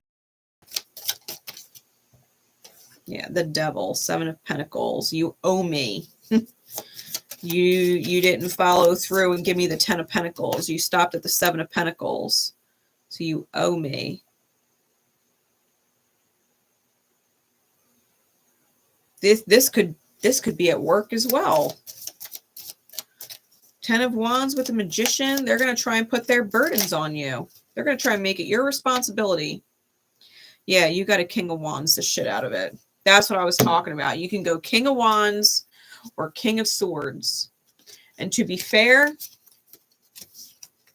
the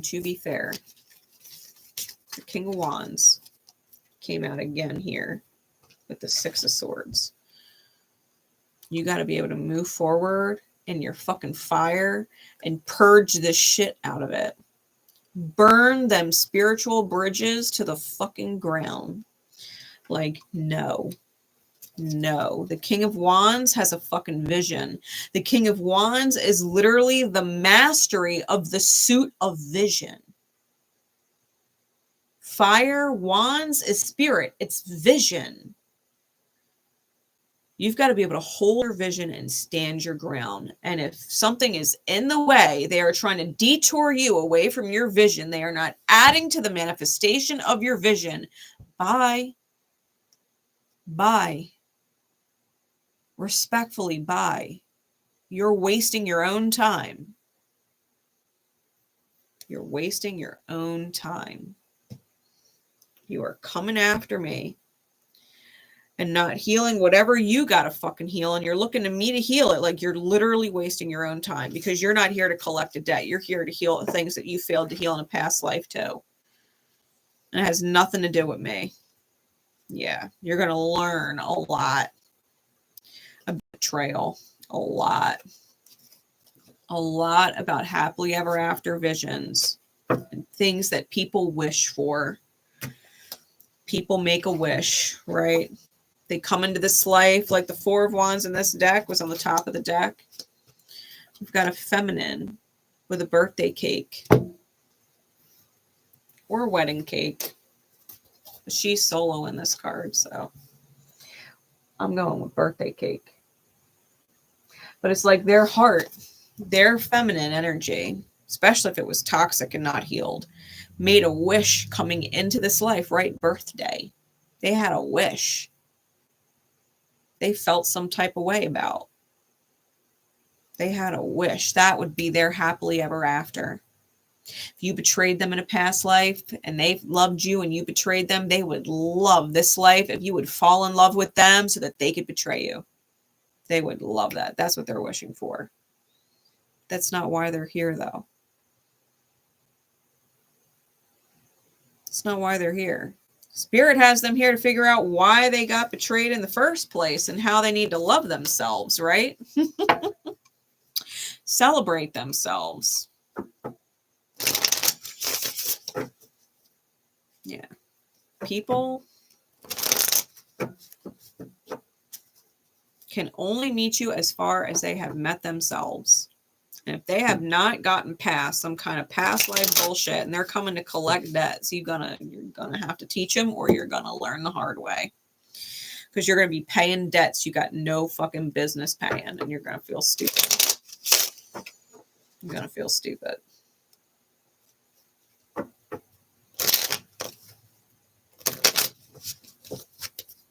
All right. Virgo.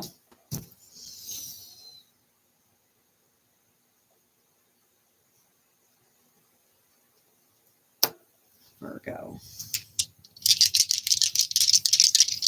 Dice for Virgo spirit. We've also got Venus, 9th house, and Libra. So you may also have Libra in your big three. You may be a Virgo Libra cusp, to be fair. You may have Virgo or Libra as your 9th house ruler. You may also have Venus in Virgo, Libra, or in your 9th house. Okay.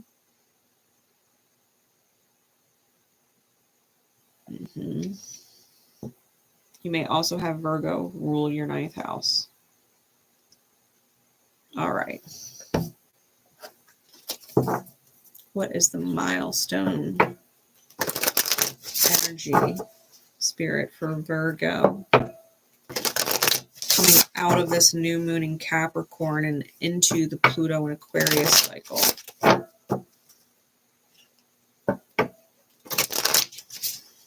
What is the milestone energy for Virgo?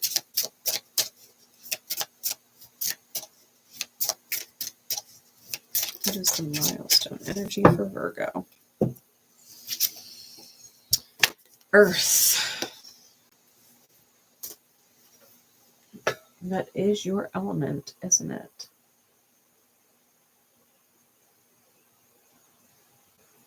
Now, Aquarian energy,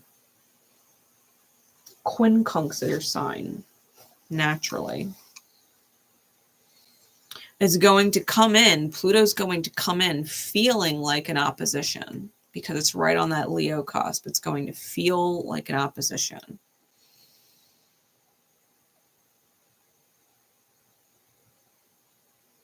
No, I take that back. It's going to feel like a trine. It's going to end feeling like an opposition as it gets closer to Pisces.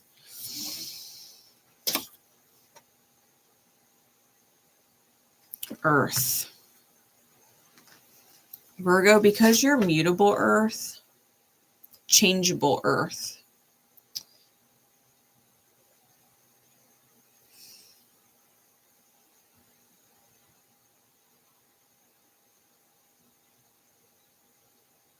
I do feel like you're going to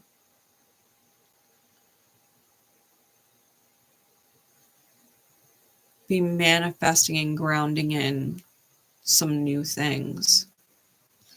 I also feel like you might be changing the landscape of your experience, especially if you're that Pluto and Virgo generation. Okay.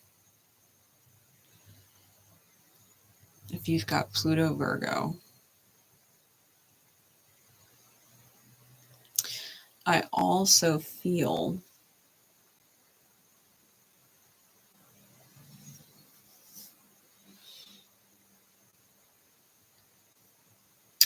like you might be blessed coming into this transit,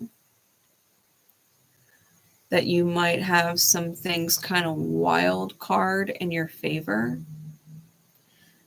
I think how you respond to that incoming manifestation is really going to determine how you feel by the end of this transit.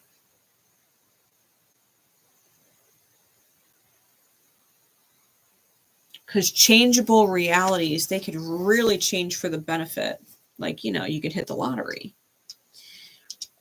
You could also squander it and end up in more debt and more dire circumstances than you started. Right? So I think there's going to be big shifts, and how you manage the shifts is going to determine how the end of this transit really does or doesn't work for you. Because to be completely fair, 𝘗𝘐𝘐𝘕𝘌 energy is fucking wild card. It can go wildly in your favor or horribly wrong. And you're going to start coming off that trine energy from Capricorn. You're going to have some high speed stuff come in. But by the time it gets to the end of Aquarius, you're going to be in the integration of the opposition energy as it starts moving into Pisces.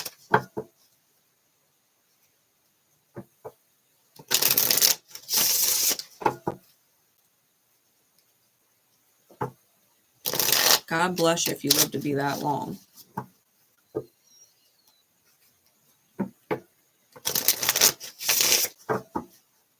Long enough to witness Pluto and Pisces opposing your sign. Especially if you've got the Pluto and Virgo.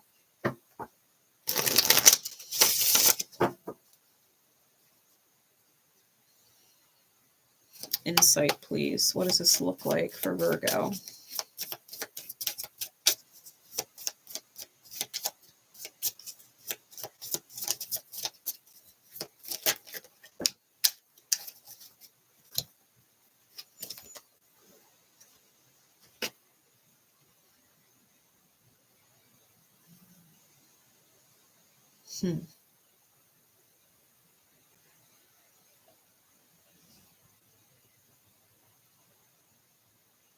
Virgo, you might be going into this cycle, coming out of Capricorn, having mastered a manifestation, right, with the Ten of Pentacles. You might have actually received some kind of solid, whether it's a solid career or a solid home, feeling like you've got solid family.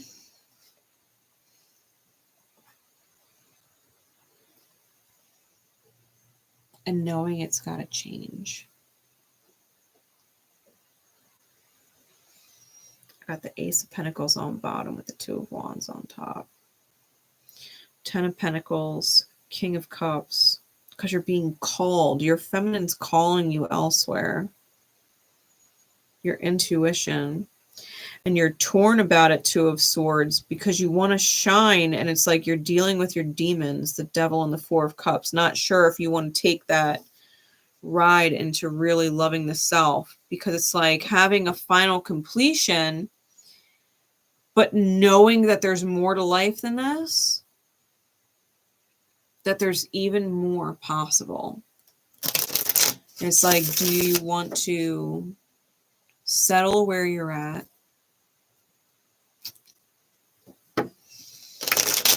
Or do you want to see what that more is?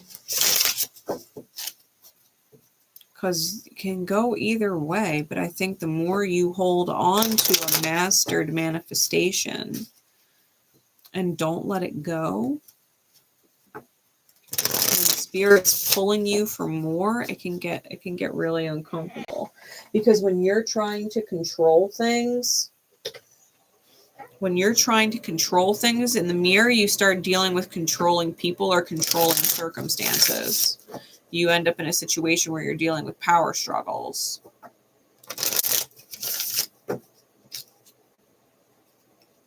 That's not fun. Insights, please. Clarity.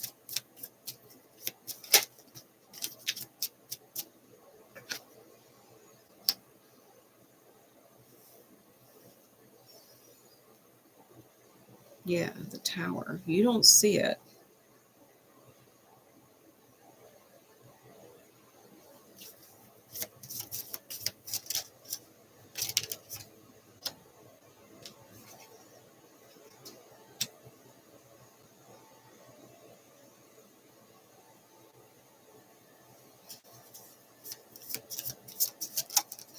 That's interesting.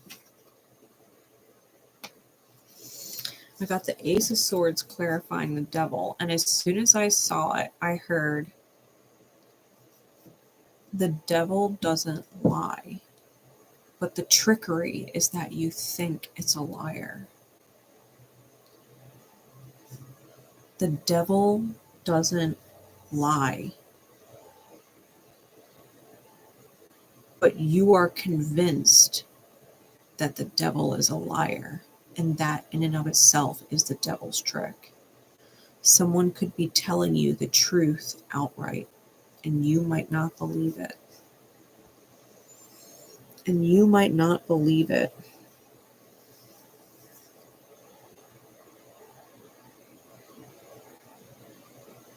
Which means you're lying to the self, because we know the truth when we hear it. But if we're in denial, it's because our own wounds are not giving us the victory. So you might be hearing the truth, whether it's from another person or from within your own self, right? Your higher self. You might be getting the downloads, but you're convinced it's not true. And that is the Devil in you. That's your shadow. The Devil's telling you the truth, but you're convinced it's a liar, and that's the problem. You don't know the truth when you hear it.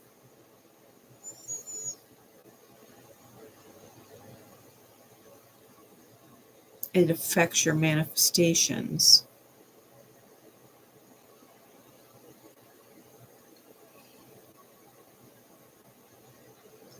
People show you who they are. Right? The truth, actions speak louder than words. People show you who they are. And they reflect back to you who you are. So if you're facing the Devil in your outer experience, they are reflecting back to you who you are, and who you are is in your shadow. If the Devil is ugly, it's showing you where your energy is ugly.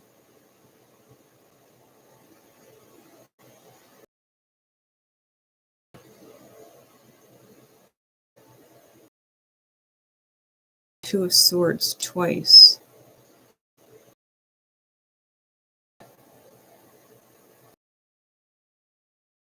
On and pretend the demons aren't, and think that you won just because you can't see them. Everybody could be applauding you, telling you you're doing such a good job. But if the reality is that you're blindfolded, pretending your demons aren't there, and you're taking in all of this applause, thinking you're good, thinking you're in the clear. The devil's going to show you the truth, and you can't deny it, or you're going to end up in the Four of Cups with the Two of Pentacles, and the ideal won't be the reality.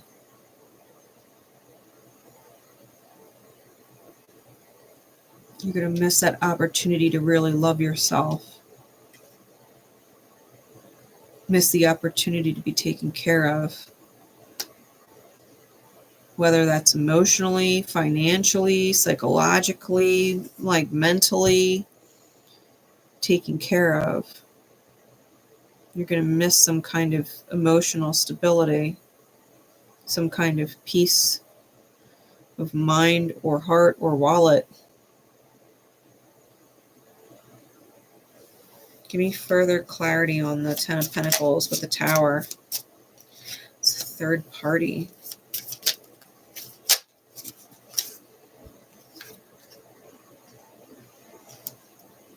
Who is literally out for themselves. They only care about themselves. The King of Wands, they have a driven purpose, right? Lots of drive. And they've learned how to wield snake medicine, the venom. And they might appear young on the outside.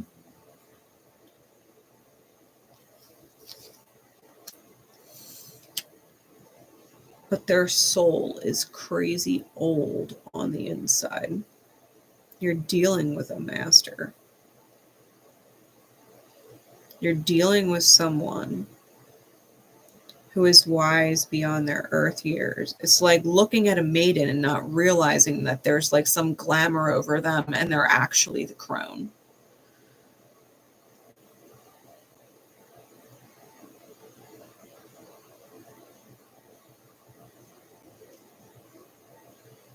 And their mission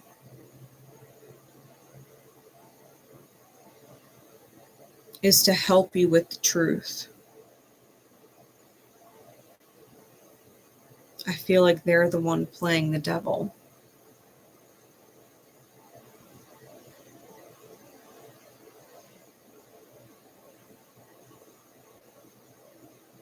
And they're telling the truth.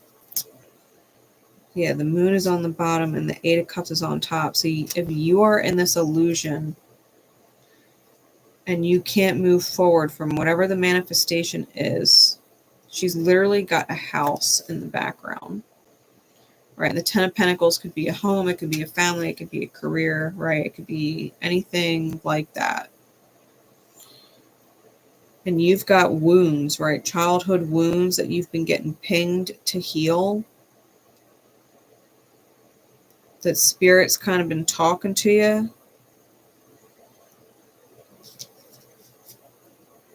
Whether you've met them already or not, it's going to feel like a Cupid's arrow.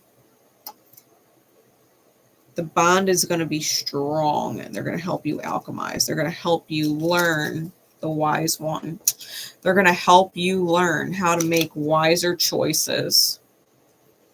They're going to help you learn how to get the Ten of Cups. Because you can have the mastered career, you can have the nice home, you can have the nice whatever, the family and everything, and be emotionally empty. Be completely emotionally impoverished. You can have everything and be unhappy. What good is having everything in the 3D? Everything that you could possibly want if you're fucking sad? What's the point? That's what this energy is coming in to teach you.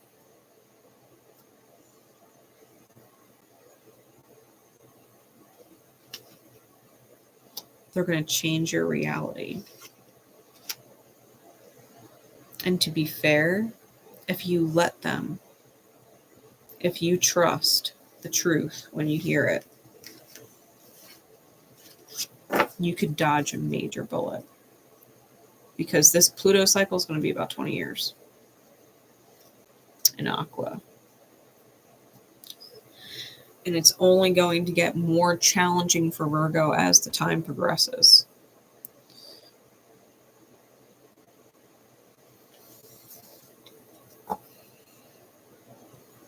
the oppositional end of it's never easy, but you can do it and find a lot of gratitude. I know that only because my Cancer moon literally has been at the 29-degree mark with this fucking Pluto in Capricorn for what has been a total of 4 years now. It's been hitting around 29 degrees for about 4 years now. By the time it is done at the end of this year, because it's going to retrograde back into Capricorn and land on 29 degrees and station there before it goes direct again. By the time this year is done, it will have been in opposition to my Cancer moon for about 4 years. So you can be truly blessed with the oppositions, the integrations, but you really do have to stay consciously aware of the fact that it is pushing major growth edge. Pluto is a growth edge. Like, don't get that twisted. It's a very uncomfortable growth edge. Me 15 years ago. 15 years ago. I was 23. I had a 2-year-old. And I was living at home with my parents. I was very dependent. Fast forward 15 years later. I run my own business. I support myself. I depend on no one. No one. I'm 100% self-sufficient, self-sustaining, and stable. My Cancer moon at 29 degrees is in my second house.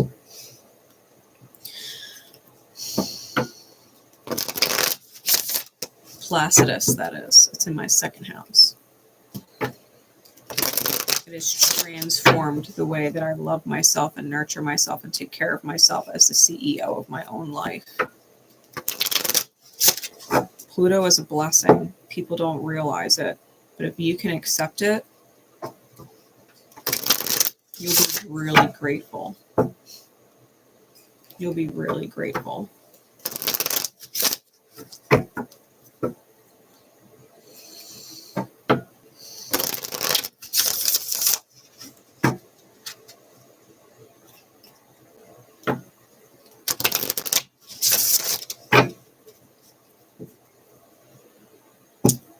Really.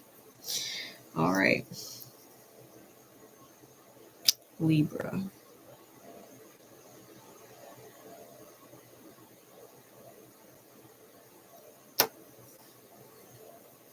Libra. You've got Pluto moving into Aquarius and trine to your sign.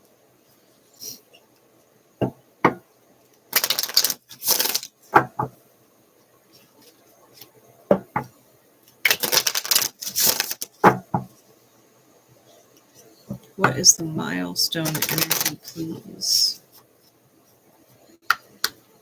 For Libra, who's been squared by Pluto this entire time, right? The entire time it's been in Capricorn.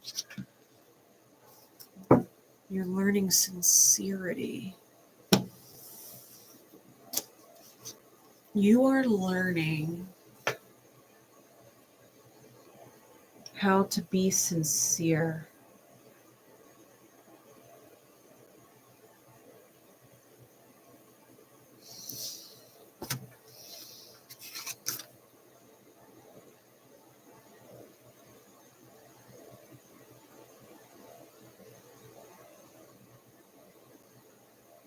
I got you and you got me. And that's between you and spirit.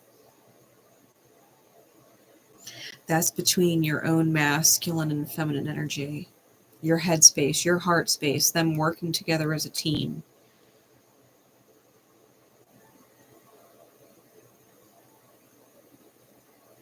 It's like unburying your feminine energy, your heart space, your intuition, your emotions. You're learning how to bring your emotions back. That your mind, right, the masculine energy would hold the feminine and walk with it. To let your emotions talk to your mind and say, this is how I feel. Sincerely, this is how I feel about the environment. This is how I feel about the current relationship dynamics. This is how I feel. And the masculine says to the feminine, I hear you. I got you. I'll choose accordingly so that you feel better, so that you feel best. Sincerely.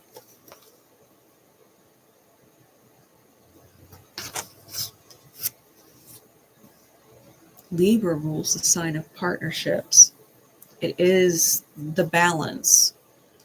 And so Pluto moving into trine with your sign.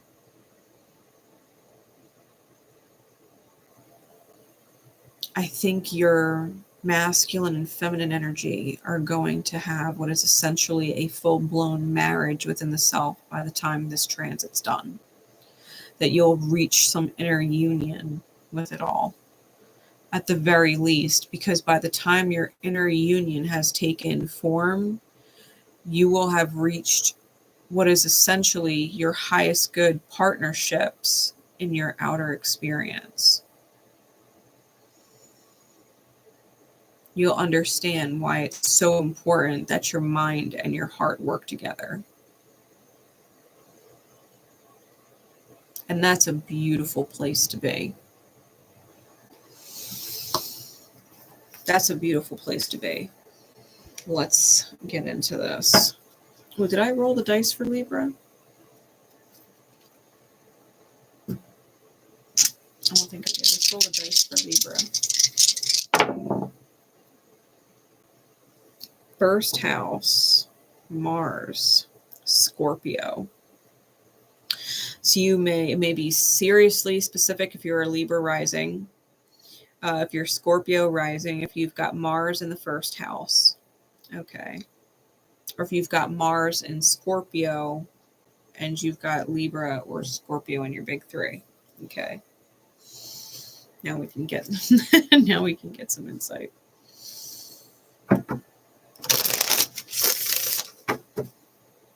Yeah, if you've got Libra Mars, this may be specific for you as well. If you've got a Libra Mars.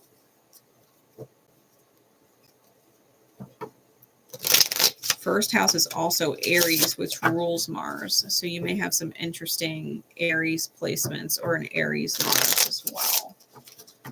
Scorpio is this, Mars is the second ruler of Scorpio. So Aries is Libra's polarity. So there's something going on between Scorpionic energy, Arian energy, Libran energy with Mars in your chart. You may have any three of those rising.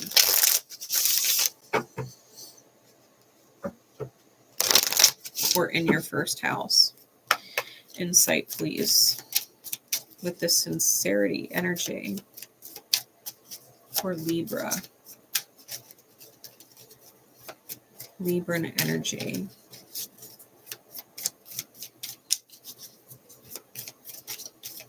I'm hearing going back to basics.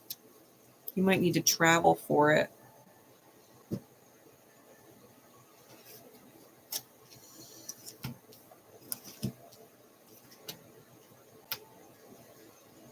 Wow, I got Sag energy, Choice, Wheel of Fortune, and Temperance, and I got the Hanged Man, Piscean energy, and the Queen of Pentacles.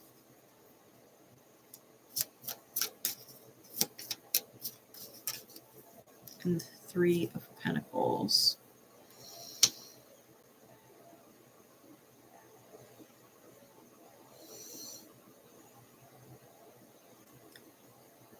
Really, three major arcana. Got the Page of Pentacles on the bottom and the Seven of Wands on top.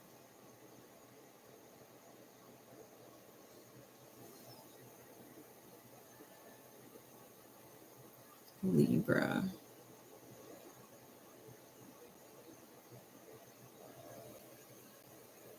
Considering the dice as well, you may be fire or water heavy in your chart, despite your air placements. Or this may be specific to the placements that you have in Pisces or Sag, and where your Jupiter placement is. Like if you've got Jupiter in the first house,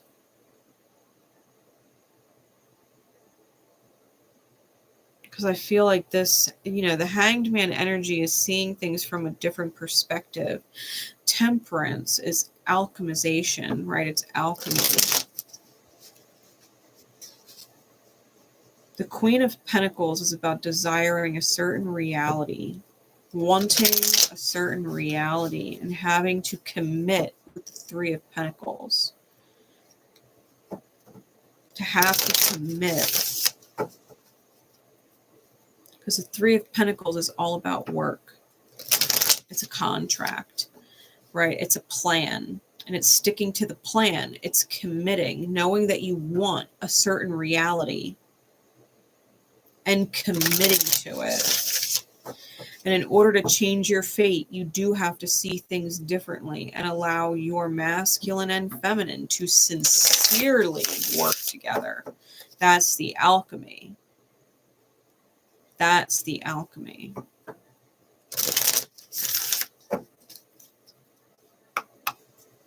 You're going to have to stand up for yourself and seize or create an opportunity. Seven of Wands on top and the Page of Pentacles on bottom. I think consciously you want to defend yourself.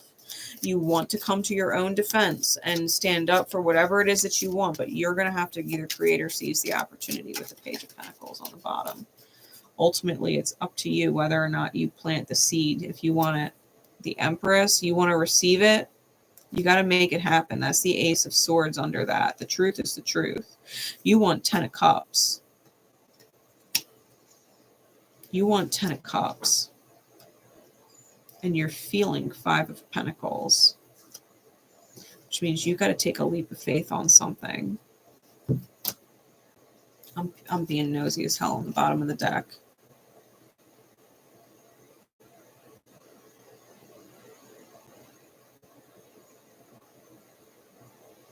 Yeah, if you want to receive, the Empress is your energy. That's Libra because it's Venusian.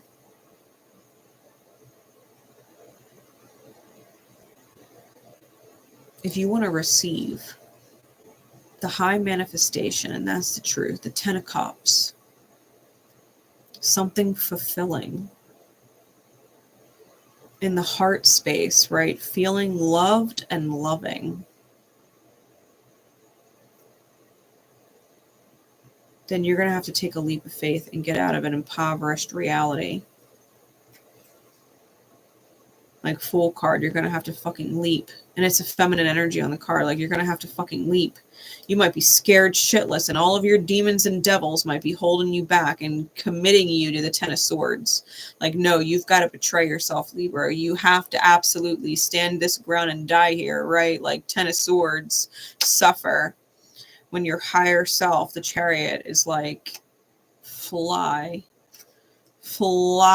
right? If you got a soulmate or something that you need to connect to over the course of this time span to master the manifestation, King of Pentacles to the Queen of Pentacles, then you're going to have to move forward. 6 of Swords. You've got to close chapters with the World card.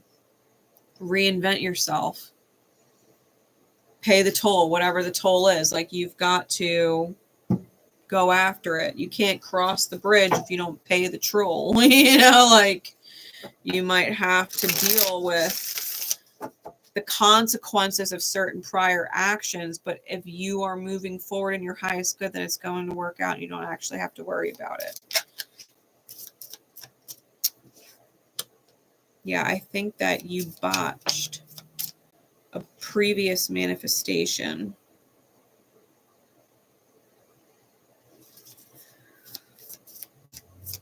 Got yourself involved with someone or something ooh, forgive me, that you got yourself involved with someone or something that you want to move away from now, but you feel stuck there. Hanged Man with the 8 of Cups. You want to move forward from it, but you feel stuck. The Temperance is saying, but you got to put in the work, right? You've got to build. You've got to build on whatever it is and put in the effort.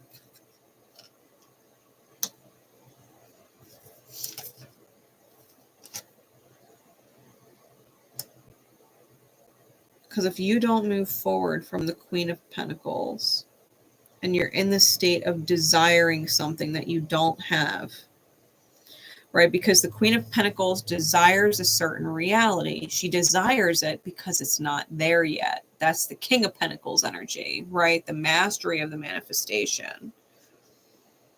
I think if you don't move forward off of the desire, that what you're going to be contracted to and committed to is the 5 of Wands, which is being at war within the self. It's conflict. It's inner conflict. It manifests as outer conflict, right? Where we have bursts of anger and frustration at things. I think High Priestess, you already know, she's holding a yin-yang symbol. That you've got a balance, right? Your yin and your yang. That's your masculine and your feminine. That's literally the milestone card, is sincerity. Hermit's on the bottom with the Ace of Swords. You already know the truth.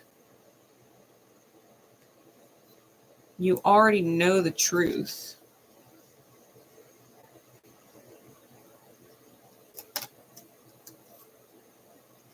I think you're working on communicating it, words and actions, committing yourself to words and actions. Even if you can't see the final destination. Like you can look off into the distance, but you might not be able to see it clearly. You know, if you look on the horizon line, you know, mountains look blurred with blue and shit like that, you know, because they're far away, it's blurry. You might not be able to see the destination clearly. But if you can trust that you're following your light, you'll hit the King of Pentacles. You'll hit the star. You'll get this. You'll get the healing. Sacred Soulmate, 6 of Cups, you'll get that in the end. The joy, you'll get that in the end. Third parties might feel betrayed as shit, but they gotta, you know, solve their own family tree problems, right? The apple don't far fall. People gotta reflect on their own wounds. And I think that's a lot of what you're going to be doing as well. Because I think you'll realize you're making a lot of the same decisions or the same. And it's because it's familiar. You witnessed it. That's what you were taught. And so that's what you're choosing. Because the mind will tell you to survive at all costs, right? I had this conversation earlier. Survive at all costs. Which means if it ain't broke, don't fix it. Even if you fucked it up before, if you keep surviving, no matter how many times you fuck it up, the brain's going to tell you to keep doing it because even though it doesn't feel good, you survive, right? So if you learned it from your parents and they survived, your brain learned that and said, well, they're surviving though. They're making it happen though. They're living life though, right? They've got the house though. And so it's like you learned it. But it doesn't mean you can't teach your brain something different. Like there's more than one way to live. You know, like just because I grew up around a father who was an addict doesn't mean I have to be attracted to addicts. Just because, you know, my dad paid the bills and they had a house, and even though they fought all the time, they still quote unquote loved each other. Like just because I witnessed that does not mean I want to live that. My brain wants to go there and be with what is familiar. I can tell my brain there's other ways to survive. There's other ways to survive. I don't have to do it that way. And I can teach my brain something new. And that's because my heart space, right, my feminine wants to feel better. It wants to experience something that feels better. So I have to choose something different. I have to tell my brain to choose something different. No, I draw hard lines. I don't date addicts. I don't date them. I'm straight edge and I date straight edge people. That's what I do. I won't even screw around or mess around with somebody. Straight edge or bust. Like, I'm good on my own. You know, it's kind of like that energy. Like, Libra once said to me, and it changed my life. To be fair, it changed his too, because I decided right then in that moment that I was going to leave him. But he said to me, because I said, I don't deserve this, right? I don't deserve this. And he said, yes, you do. And I got pissed and I said, no, I don't, because I knew I didn't deserve it. I was good to him. I was loyal. Like, I was good to him. I was good to him. And he said, yes, you do, because you choose it every day.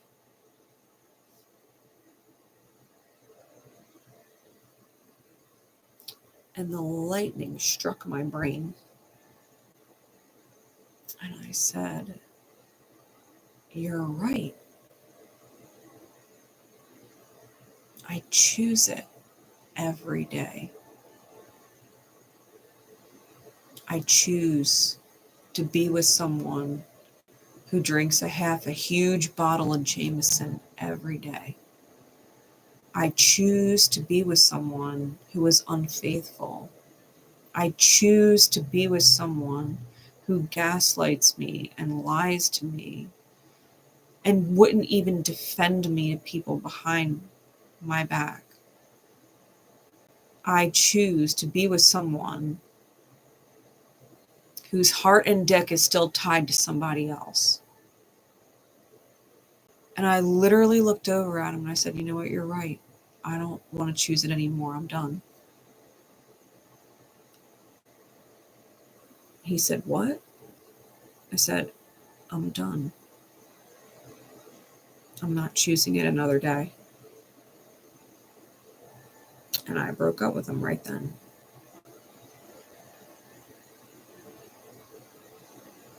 You got to be able to choose something different. You got to listen to what your heart says in all sincerity. You got to listen to what your heart says in all sincerity and say, it's okay, I got you. I'm going to choose something different. I'm going to choose accordingly so that you feel better, so that you feel best. You got to let your mind and your heart walk hand in hand. Because you could be pissed at whoever you want to be pissed at. You can live miserable if you want to live miserable, but you got to understand, if you're miserable, you're choosing it. You're choosing it.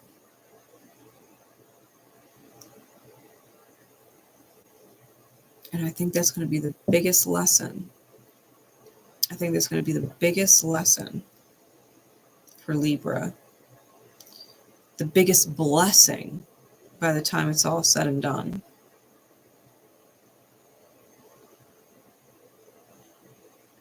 That you would understand how to choose better by the time it's all over. That you would be able to choose better by the time it's all over.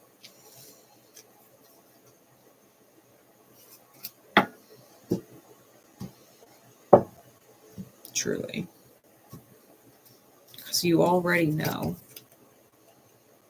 The High Priestess, you already know.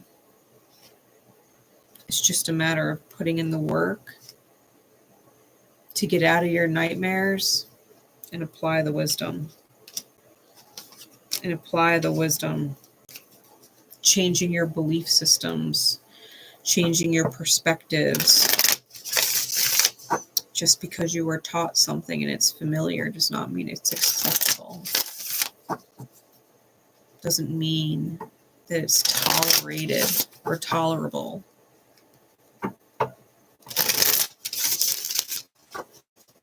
Yeah, you can be with someone who's attractive,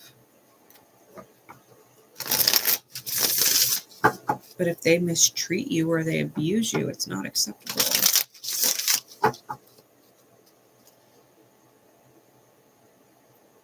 You could be drawn to someone because they're financially stable, they work hard, they're reliable. But if they treat you like shit, though, if they're controlling, if they're ungrateful, just because it's familiar doesn't make it acceptable. Know what you deserve. Know what you deserve, and then choose that. Choose to embrace that and let go of whatever it is that you do not deserve. You know what you deserve.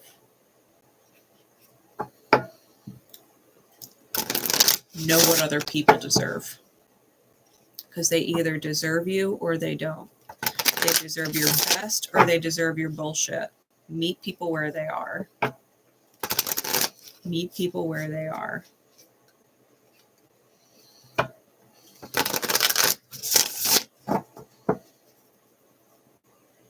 Like, you could dress a crackhead in royal clothes and treat them like royalty. But at the end of the day, if they're still a crackhead and they still act like a crackhead, and they would rob and steal and lie and cheat for their crack, it doesn't matter how you dress them. It doesn't matter how you perceive them. They are who they are. Meet people where they are. Treat people accordingly. Someone wants to act like royalty and hold themselves in high regards and hold themselves to a high standard, and they've got some fucking class. And treat them like that. They treat you like that, you treat them like that. Right? Meet people where they are. How are you going to treat someone like a fucking king or a queen? And they treat you like a joke. Like you're the fucking court jester. Or you're the accountant. You're the tax collector. And they just feed off of you. Like, how are you going to treat someone like that? Like, their shit don't stink. When they fucking stink pretty darn good. Energy stinks. I fucking hate people like that. I digress. I don't hate people like that, but I would never choose to consistently be around their energy or be in a relationship with anybody like that. No thanks.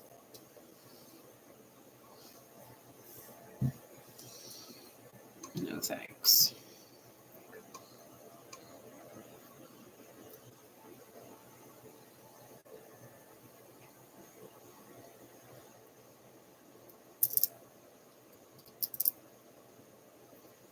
Okay.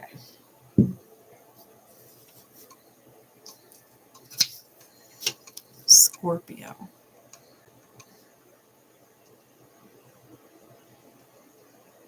Scorpio.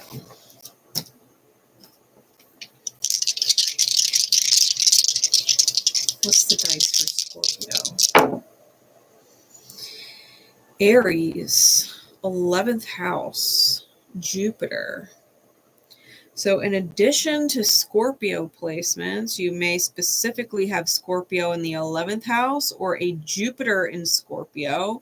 You may also have an Aries in your big three, Aries in 11th house or 11th house rulership, or have Jupiter in Aries. Okay. This reading may also be significant for you.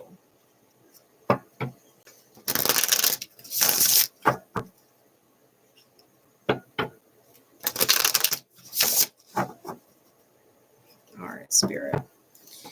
What is the milestone for Scorpio?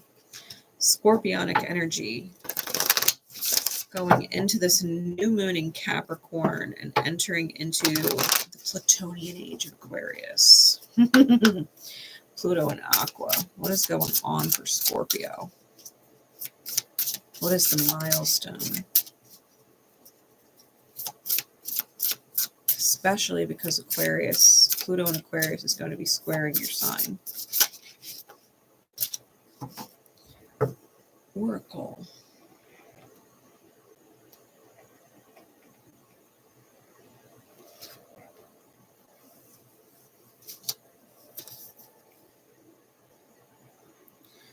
Oracle.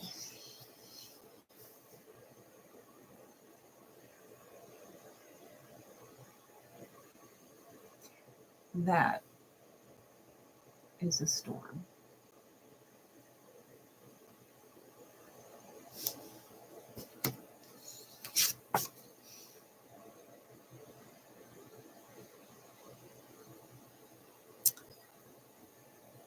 It also, what's the word? Is it, I want to say pyroclastic, but I don't know if that's the word. When a volcano erupts. Hey Lola, how you doing? I'm on Scorpio. Yeah, pyroclastic flow.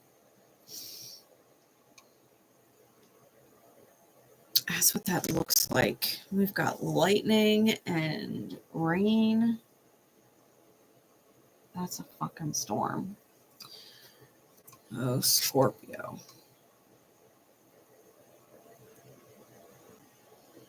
Okay. Given, I don't know your rising sign because your rising sign designates the ruler of your chart. But if you're Scorpio, Pluto's a powerful player in your life, period.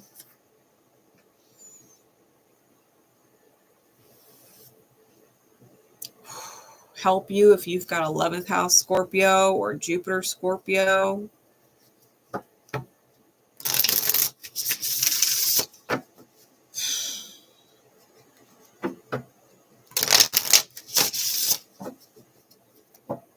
Pluto's going to be squaring your shit.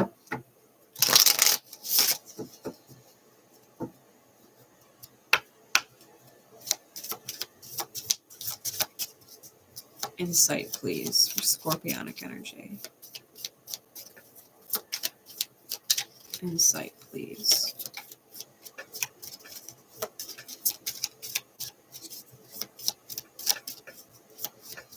What does this look like for Scorpio coming out of this moon into Pluto and Aqua?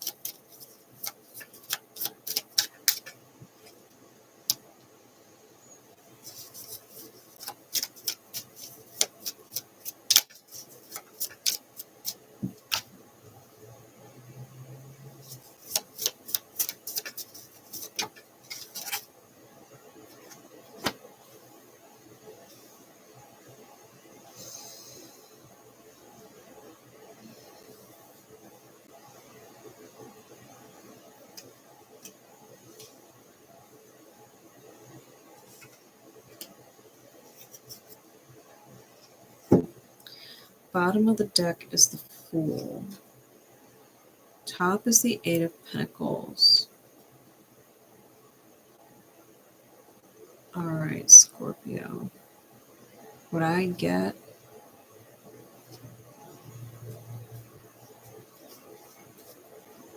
I think you've got to take a leap of faith on something. It's within your reach.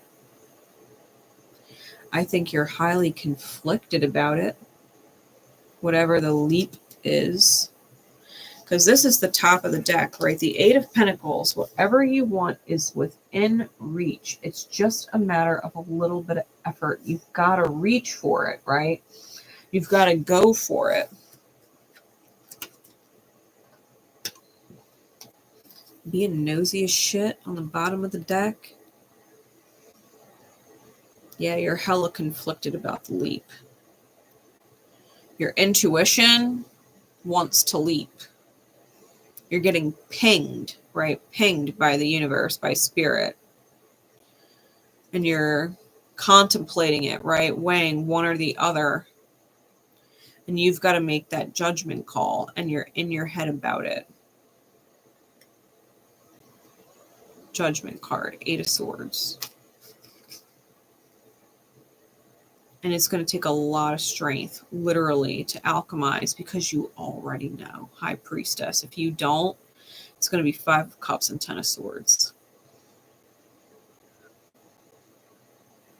Single and wounded. No manifestations.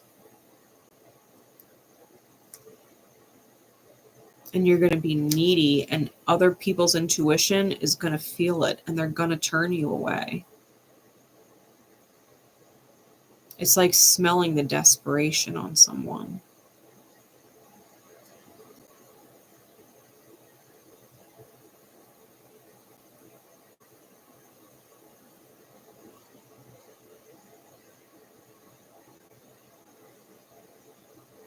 I think you've got wounds surrounding people and intimacy. And I don't just mean physical intimacy, I mean emotional intimacy, mental intimacy.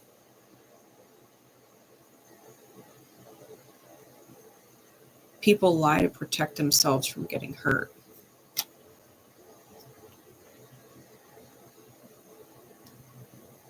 And I think that that's something you're going to have to admit to yourself.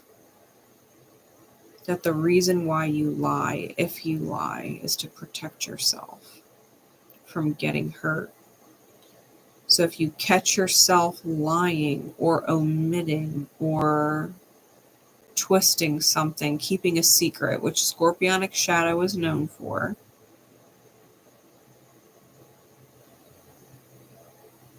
I think you're going to have to take that as an opportunity to love the self and address why, like where that need came from, so that you can heal it and close the chapter on it. And remember that whoever you're dealing with now is not who you were dealing with then. You've got to be able to let it go. You've got to be able to let it go. Because if I'm looking at these cards, you've got something well within reach, right? 8 of Pentacles, well within reach. I've got the Magician here and the 7 of Cups reversed, which means you know what you want to manifest. You're magic. You're the magician. You know what you want to manifest. You're clear about it. But you're stuck in the 2 of Wands and the 8 of Cups. You're afraid of moving forward and getting the wish fulfillment, because 9 of Cups is after that. What if you actually get what you're chasing? That's what you're afraid of. Getting what you want and then losing it. Justice reverse, Lovers reverse.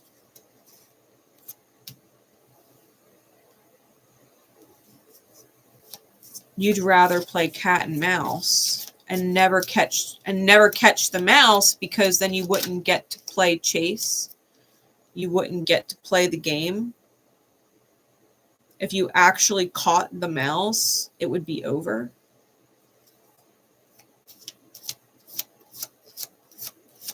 But that's the problem, right? We've got this Oracle card with this storm. And I think wow, 2 of Wands, clarified by the 2 of Wands. I feel like you're really clear on who or what your 4 of Wands is. You have a happily ever after vision.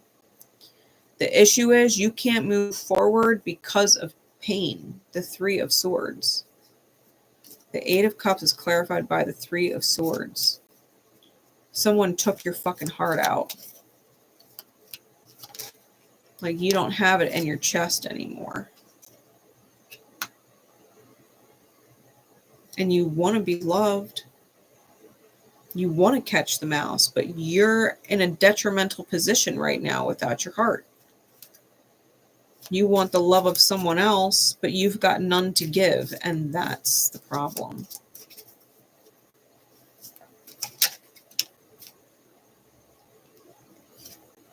You got to realize that the things you're making a big deal, the mountains that are in front of you, are literally nothing. They're so tiny you could fit them in your pocket. It's not a big deal like you think it is. 7 of Cups is on the bottom. Empress is on top. Like you want to receive. You know you want to receive, but you're confused. You've got your head in the clouds, spinning in a bunch of things. 3 of Swords. Really, there's 2 in this deck and they're both here. You're looking at the past and you're stuck on the past and you're communicating things. Knight of Swords, you're communicating things from this very page-like energy, this Five of Cups energy. Yeah, you've got to transform. Death card, Queen of Wands, Queen of Cups, Ace of Cups, Ace of Pentacles, Three of Wands. You've got to take the fucking journey. You've got to transcend this. You've got to transcend this, Scorpio. Your heart desires. It desires to feel intensely. And right now, looking at these cards, you feel numb. There's no heart inside your chest. There's nothing but painful history that's spinning around, right? You've got this beautiful happily ever after vision inside your mind that you want. But you've got nothing but pain spinning around. And someone ripped your heart out and you haven't reclaimed it yet. They're still feeding off your energy. They're the one that broke you. They're the one that ripped your heart out. They're the one that hurt you more than anybody else. And you've got to be able to lay it to rest. You've got to be able to go through the transformation. The Death card is your card. Because your heart desires more than anything else to feel intensely and love without abandon. Ace of Cups, Ace of Pentacles. Like, when you're real with yourself, for as hurt as you've been, all you want to do is feel the greatest love you've ever known. That's all you want. You want to feel the greatest love you have ever known.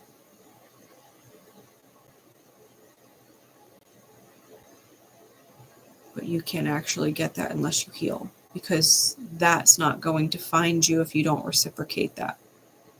You can't get the greatest love you've ever known if you're not willing to be that, the greatest love that someone has ever known.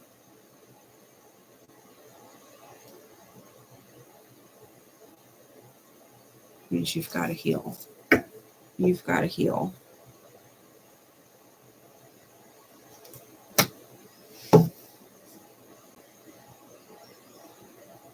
God damn it, Scorpio.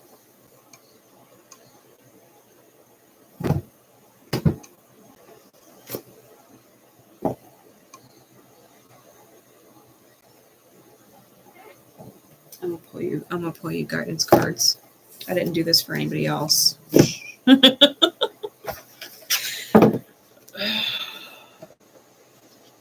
Maybe it's my Scorpio Venus. I feel for y'all. Man,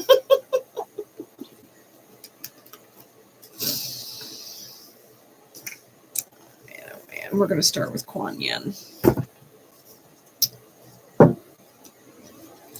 Spirit, what's the guidance for Scorpio? What guidance is in their highest good? Right, I'm pulling oracle cards. You got the oracle card. Here I am pulling oracle cards as guidance. All right, Scorp. What advice from Spirit is in your highest good in order to heal so that you can actually experience that feeling? The greatest love you've ever known. What guidance?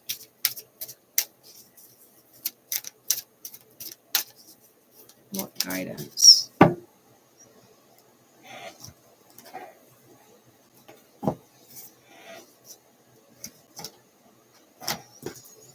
pulling 2 decks. I'm going to pull both cards and then I'll read.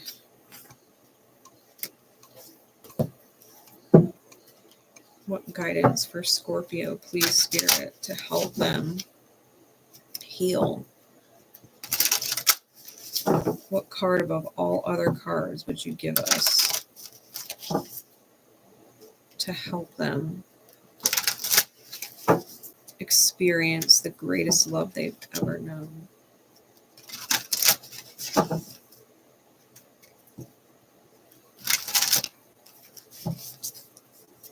What card above all other cards?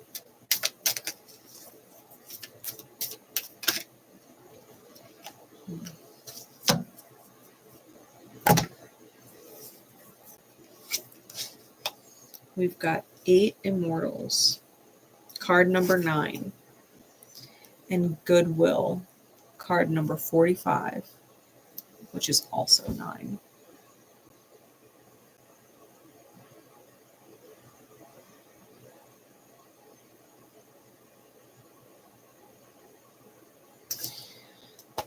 All right, Scorp. Starting with Kuan Yin. The 8 Immortals.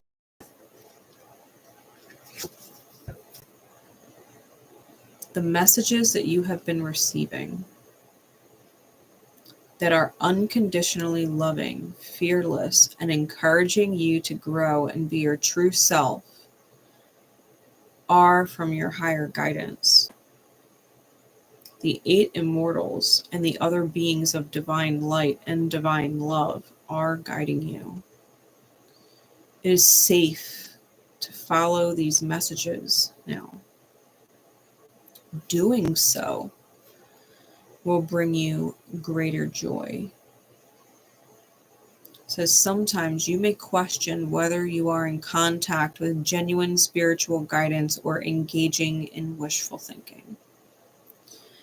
Genuine guidance is simple, clear, and repetitive.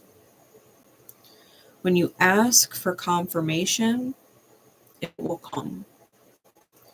The more open you are, the more quickly the confirmation can reach you in the form of signs, conversations, and serendipitous happenings. In fact, confirmation and guidance can be instantaneous and from multiple unconnected sources. Like the universe is playing a joyful, loving game with you. The guidance will be uplifting and helpful. Sometimes it will ask you to take a step that feels challenging, and yet true guidance always proves itself in that it only asks of you what is right and just for your highest good. It always serves the highest good of all involved in any situation, no matter what our fears might be. It is good to be careful and discerning about the quality of guidance that you're seeking, but it is usually an easy task to identify when guidance is not of a higher vibrational variety.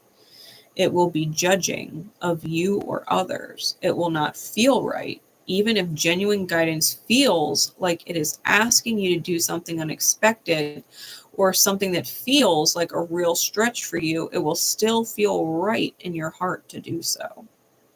Genuine guidance, even when challenging, brings a sense of rightness and peace into your heart, whereas lower vibrational guidance or thoughts or wishful thinking doesn't bring you into deeper peace. It simply confuses and confirms judgment. It isn't nearly as helpful. So sift through your thoughts and feelings to come to the genuine guidance and true spiritual knowing within you now. You can call upon the 8 Immortals and any being that loves you unconditionally and trust that you will receive quality guidance. Be still and connect through your heart, beloved, which contains great wisdom and peace to guide you. You know,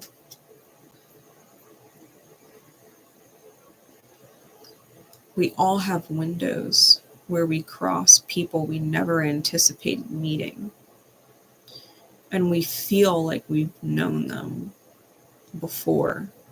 Even if they're a complete mystery to us, it's intriguing.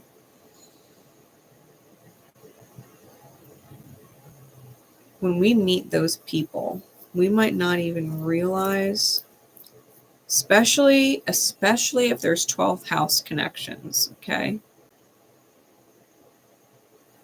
When we meet people like that,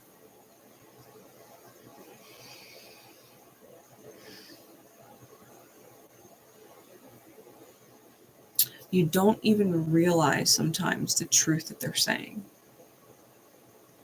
To confirm for you in the outer what you've already known. Right? Like I could be having a conversation with someone about how I'm straight edge. And I only date straight edge people. Right? I only fuck with straight edge. And they might be really attracted to me, but they're like, yeah, well, I'm not straight edge. Damn. And it's like, but you could choose it. But you could choose it. What if choosing it unlocked the greatest love you've ever known? Would you really not choose it if you knew that was what was on the other side? Think about it.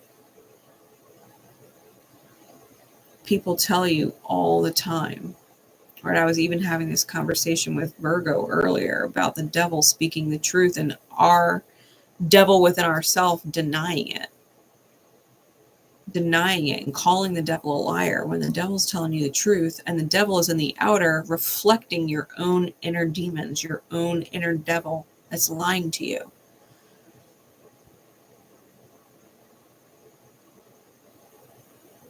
Think about it. Had I literally listened to my ex tell me when he said, I don't deserve you, had I listened to him right then and took it for the truth, because the devil in me didn't believe him. No, you do deserve me. You do deserve to be loved. No, he didn't. He did not deserve the love that I gave him. Everybody deserves to be loved, okay? But his behavior did not warrant the suffering that I was taking on to love him. Was not warranted. That was unjust. And I chose it every day. You really got to think. People tell you the truth and we deny it because we have demons inside of ourselves that we have to face. And when we choose to not face them and just tell them that they're right, the demons are right, right? Oh, I could never be sober. I don't want to be sober. Okay. Your demons are winning though. And your soul longs for the greatest love you've ever known. That's the truth. You feel numb, but you want the greatest love you've ever known deep inside yourself. That's what you want. The most intense love. You want to be loved like that and loved like that. That's why we're having this discussion. Which means you can't actually let your demons get in the way of it. You actually have to believe in yourself and hear the truth when it's being said to you.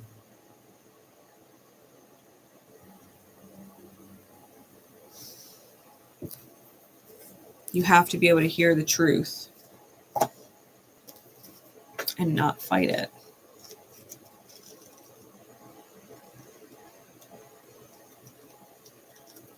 Goodwill.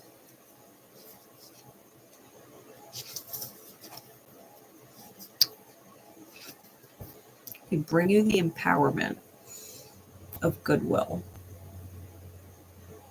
There is a type of spiritual power you can co-create, which benefits and protects you while mutually empowering others to take their journey and experience divine success. This spiritual power, known as goodwill, is generated by how you feel inside and the attitude you cultivate towards others. When you know you have value, It is easy to recognize the value in another. When you feel encouraged by the universe, it is easy to encourage others. As you put out support, encouragement, and goodwill for the success of all beings, this energy is amplified and returned to you. When you feel peace within, it's easier to recognize that you have a place in the world and a destiny no person can take away from you. And when you recognize that, it's easier to know that others also have their own place destined for them alone. This removes fear and competition and allows you to be the encourager. An encourager is a person who generates goodwill. They are not afraid of missing out. They believe in their own destiny and operate within a field of abundance. They trust that their rightful divine inheritance will be bestowed upon them according to a loving and generous divine intelligence. They trust that all people can receive without causing harm or diminishment to any other. They believe in win-win situations and know the only way humanity can evolve is together. So they want others to succeed. They are happy to be at the cosmic traffic lights, so to speak, and allow the others who have a green light to go first. They know their time for a green light will come in due course, and so it shall be for all taking a journey on the divine highway of life. Goodwill that is cultivated by individuals becomes part of a collective field. It is the psychic equivalent of a group of angels, perhaps with cheerleader pom-poms waiting in the sidelines until someone needs help. They then burst forward with unparalleled enthusiasm to rally the person's spirits and boost their confidence. If you've ever attended a sporting game with a cheer squad in attendance, you'll know just how effective encouragement can be for teammates in the game to tap into their strength of will and refuse to give up. The stronger that field of goodwill created on a day-to-day basis by individuals, the more encouragement is available to whomever needs it, whenever they need it. It's very real. And although the prospect of angelic cheerleaders might be amusing, the energy of goodwill has the power to reach into another person's life and turn desperation into determination. It is a force worth cultivating in our world by simply wishing each person well and being an encourager because of this alone. However, there is a further benefit to goodwill. For those who consciously cultivate it, it becomes a protective field against ill-wishing, which is the opposite of goodwill. Ill-wishing and curses are fear-based energies, which are either repelled by goodwill or absorbed and transformed by it. You don't have to interact or react with those energies or even pay them much attention at all, if any. You just need to focus on how good you will feel within yourself when you want everybody to win at their spiritual game of life. You'll get encouragement back when you need it. And of course, as you say to the universe, I want everyone to win. The universe says to you, I want you to win.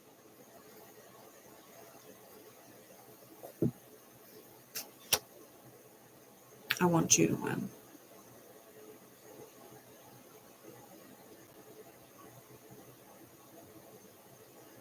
The universe wants you to have the greatest love you've ever known, Scorpio.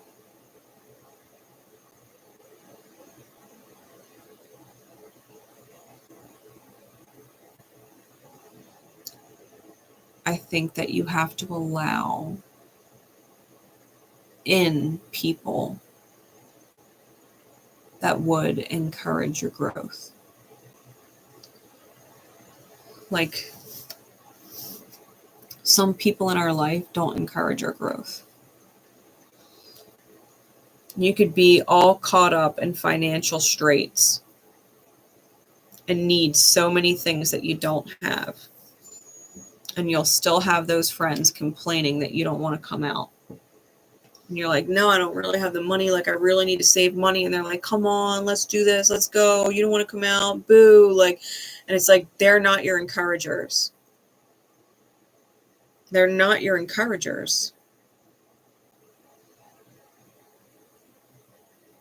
Your encouragers will be the ones that be like, all right, yo, I hear you. Like, you really do need to get your own place. You really do need to get a newer car. You really do need to XYZ. It's cool. Hit us up when you're able. I know you can do it, yo. It's cool. Like, go for it. I know you could do it. Keep working at it. They're encouraging you. Maybe you do have addictions. Maybe you do like your escapes. Maybe you're stressed out and you like to drink, or you like to smoke, or you like to pop pills, or whatever the fuck you do. You chain smoke cigs. Maybe you have a sex addiction. Who knows? You like to get laid. It takes the edge off. And then you have someone like me who crosses your path and it's like, hey, you can be more than that. You can aspire for more than that. You don't actually have to be stressed. What if your life was so good and so peaceful that you didn't even feel the need to drink to escape it? You didn't even want to be stoned and miss a moment.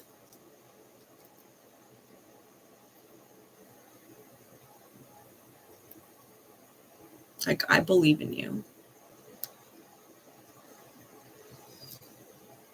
It's something you've got to choose, Scorpio. It's something you've got to reach for. It's within your reach. You just got to choose to leap. You just got to choose to leap. Whatever it is that you're overcoming, whatever is standing in your way.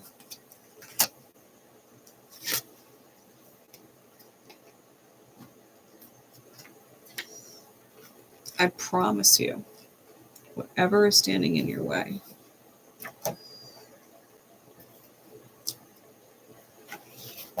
it is worth moving past whatever's in your way.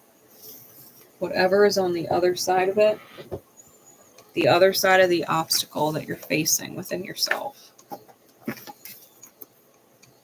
you've got to know and trust that you are capable of more, or you wouldn't be listening to this message. You wouldn't be listening to it.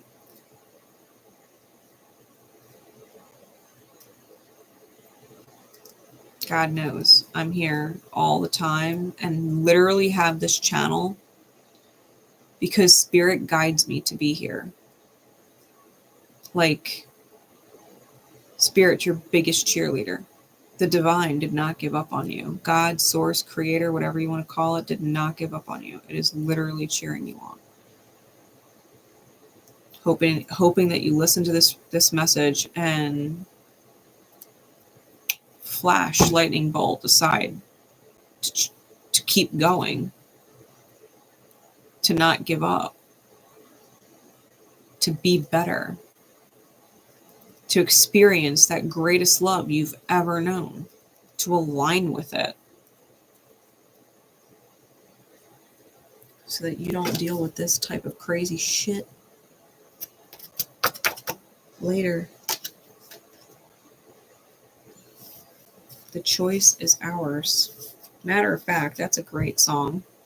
Choice is Yours by Stick Figure. Great fucking song.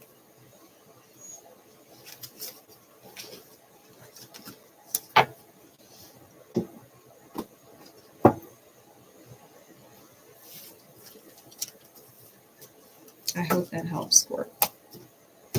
God knows I'm cheering you on. Help you out of your conflict. Yeah, because you're on the threshold. All right. Sag gang.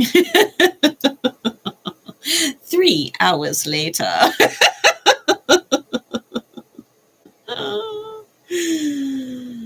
Oh, man. Sagittarius.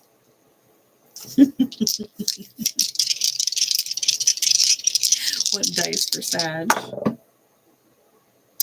We've got Pluto, 7th house, and Pisces. So Sag, you may also have Pisces in your big 3. You may have Pluto in the 7th house. I know you don't have Pluto in Pisces. But you might have Pluto in the 7th house, or Pisces might rule your 7th house. Okay. You may also have Pluto in Sag. Okay. Sag in the 7th house. Take these dice as they resonate. Okay. What is the milestone energy? What is the milestone energy for Sag?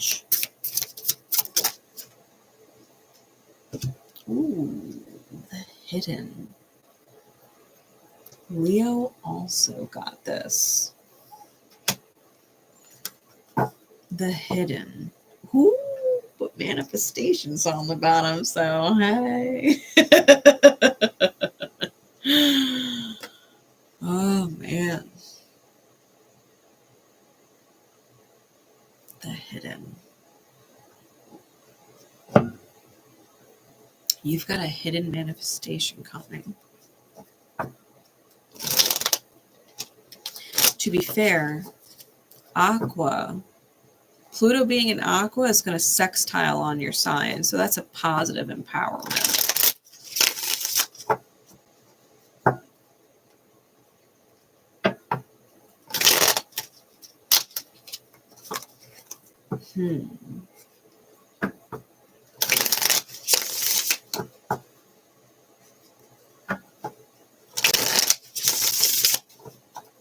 You might be manifesting a deeply spiritual soul partner, and or, because Pluto can be chunky fucking money.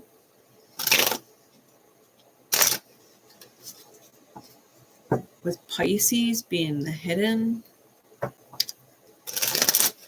because Pisces is definitely hidden. That's 12th house shit.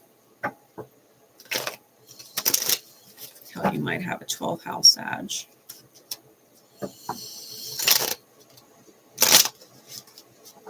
/12th house Pluto.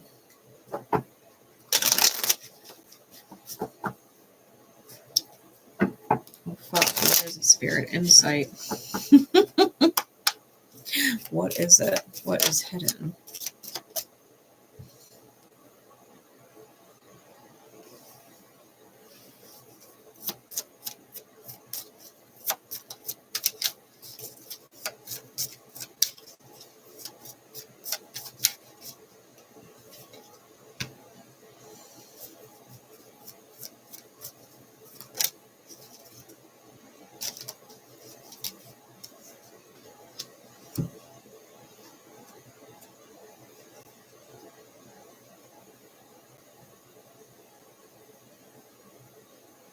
What?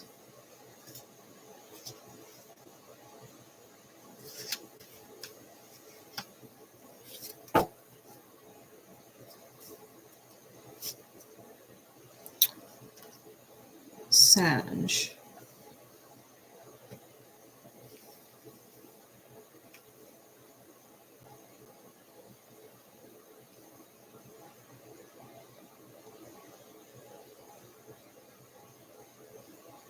Give me more clarity, Spirit. That's wild.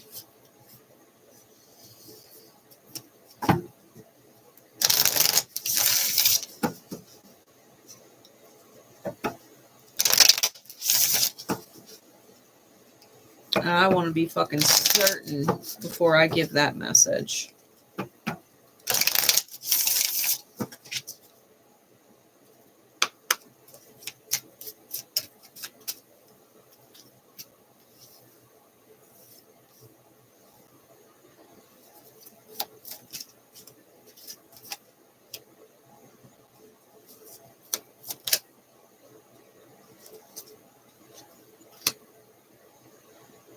I've got a lot of fucking queens out here.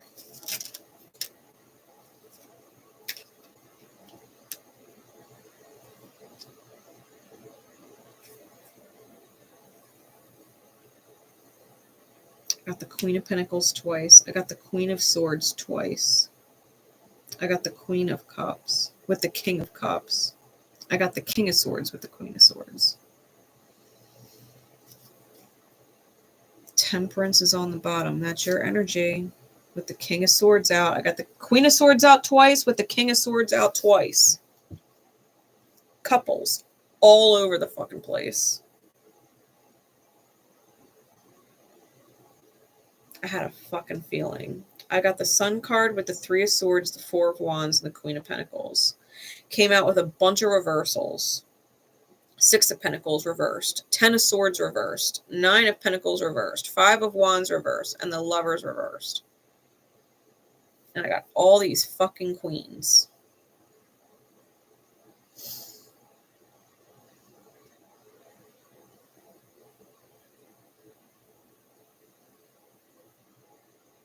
Someone looking at the other cards that are not fucking court cards. That seems to be almost all of what is out here right now.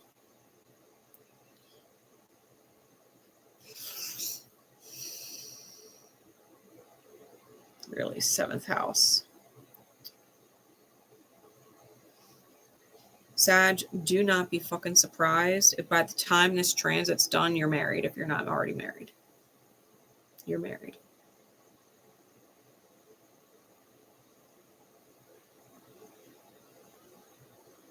And to top it off, they're suited. Because all of the court cards out here are literally fucking suited.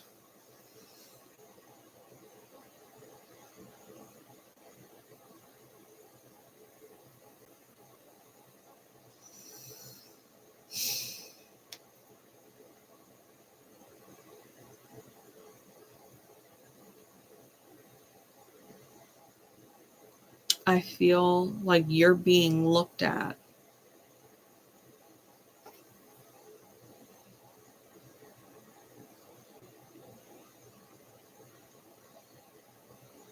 Like the Queen of Pentacles. Like that's the manifestation.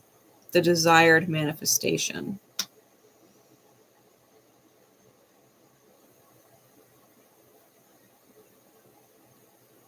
And you put it in a box. That pentacle of yours, you locked it in a box.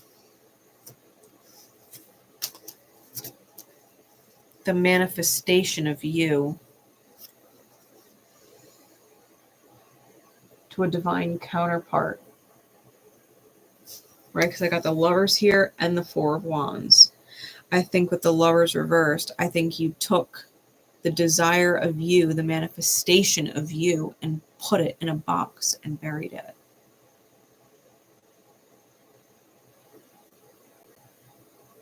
And you're on the other side of the bridge.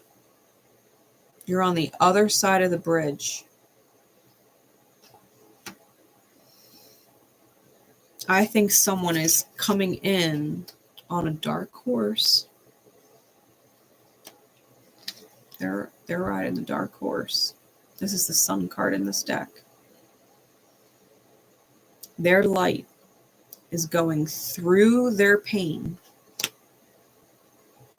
to cross that bridge, willing to pay the toll to get to you.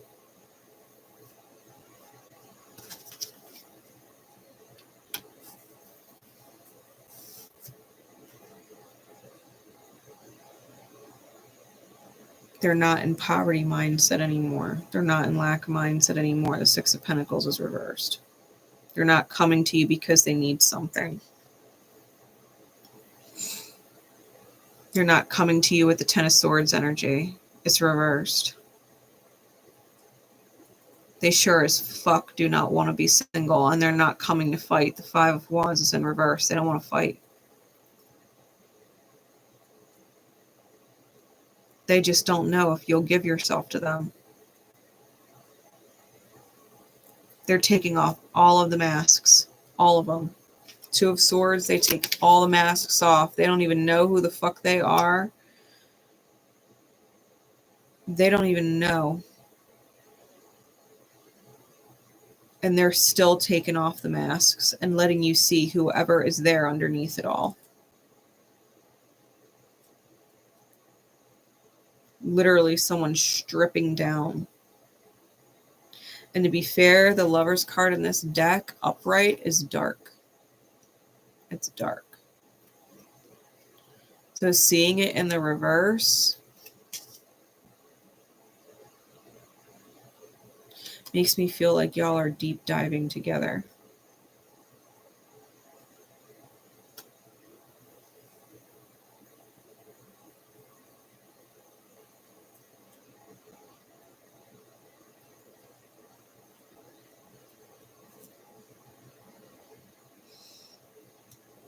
Tons of clarity, double King of Swords.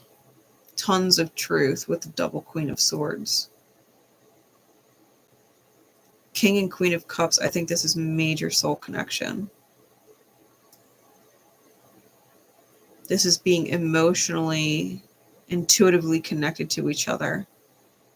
That's compassion and mercy given to each other. Ultimately, it's consideration.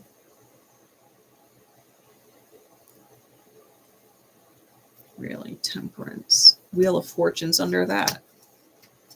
What? Yeah, Page of Wands is under that. There's reinvention here. There's potentially rebirth here. Someone is trying to light a fire. They're trying to light a fire. They want the 10 of Pentacles. They may be coming out of a wounded place and feel like they can't even possibly give you all that you deserve. They know that what they gave you before was not enough, but they're coming in Ace of Cups now.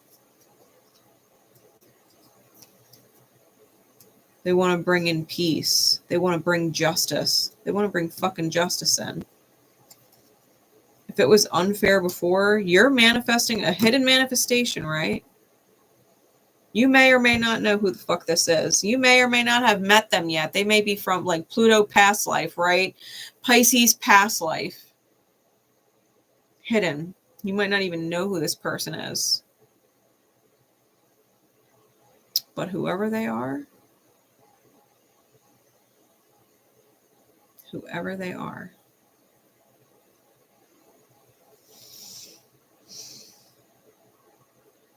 they are whoever Scorpio was longing for. The Scorpio reading I just did.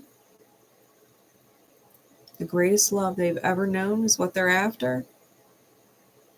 Sag, whoever this is.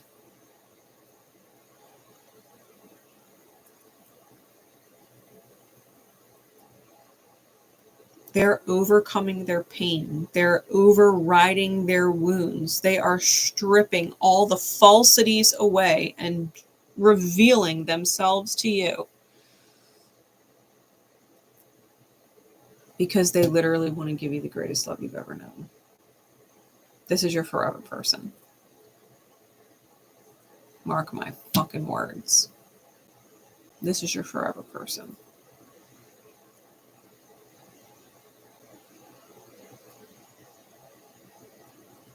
Wow.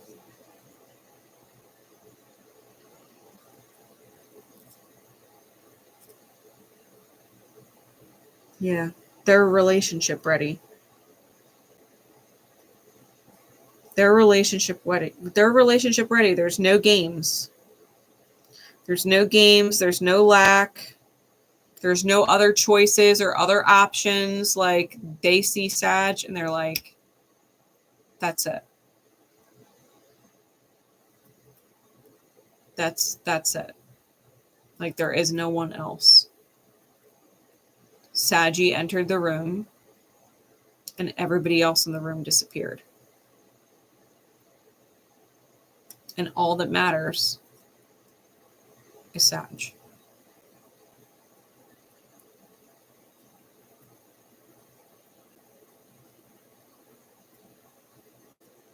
I think they're fucking smart. And I think they're intuitive. And I think they love you to pieces. And they are willing to do whatever it takes. Heal whatever they got to heal. Do whatever they got to do to stay in alignment with you.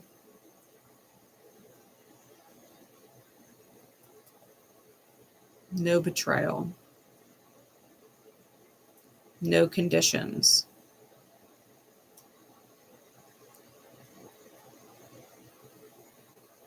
No masks.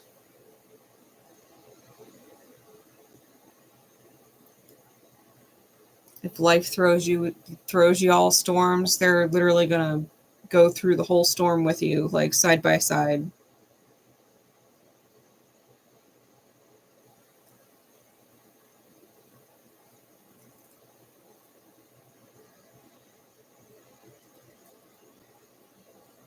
Yeah, they look at you like you're the light.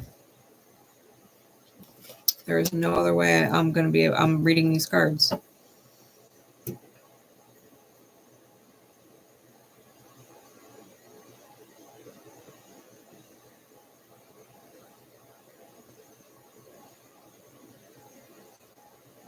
Everybody's going to end up being exactly where they're meant to be, with who they're meant to be with.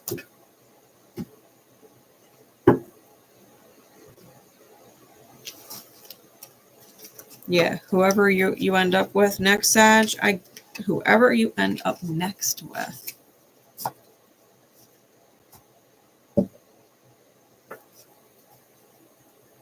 You'll know. You'll know because you got your forever person right there. You're going to know. You're going to know. Beyond a doubt, you're going to know. They're like, what hoops? I got to jump through what hoops? Fine. And they're going to jump. Like, they're just going to jump through the fucking hoops. What chains are holding me back? And they're going to literally break their chains. Like, nope, they're not holding me back. Nope.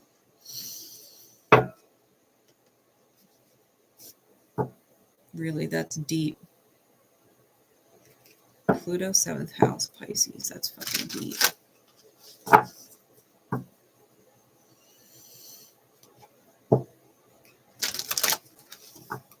fuck yeah, Sag. I'll read readings like that all fucking day. All right. Capricorn.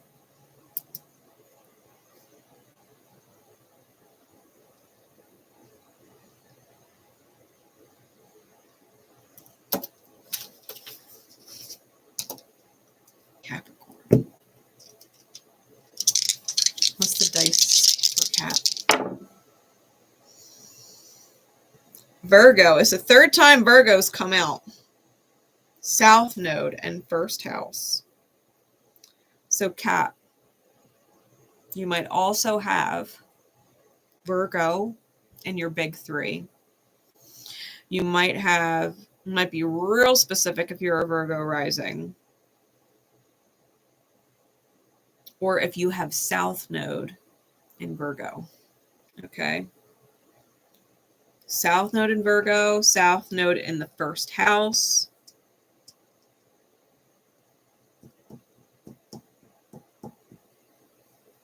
South Node in Capricorn. Okay. Spirit, please, what is the milestone for Cap? What is the milestone energy coming into this new moon in Capricorn and entering into Pluto in Aquarius? Right, you're finally going to be rid of Pluto. By the end of this year, you will never be dealing with Pluto again in your life. For real. Woo! Yeah. Yeah. We've got reawakened. And that's what happens when Pluto leaves. It's reawakening, right? The death and rebirth process that Pluto takes us through. We've got reawaken here. So you're going to come out of this, Cap, feeling brand spanking new. Really reawaken. If you've been in this deep, dark sleep with Pluto in there, in your sun sign's house, right? Your rising sign's house. Your moon dealing with Pluto in that house. Your big three, whatever the fuck you got in there. You're going to wake up. You're going to wake up. The dark night is ending. Which means your spiritual ignorance is ending. That's essentially what the dark night is. It literally is a period where we are dealing with our own spiritual ignorance until we wake up. And we are not ignorant to the self and our soul anymore.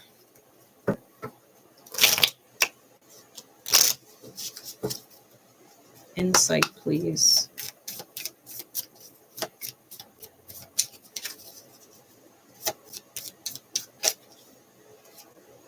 Temperance.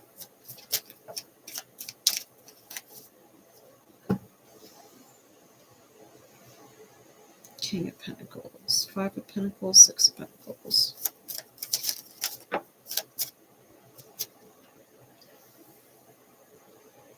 Three of Wands and an Ace of Swords. Bottom of the deck is the 10 of Pentacles with Justice on top.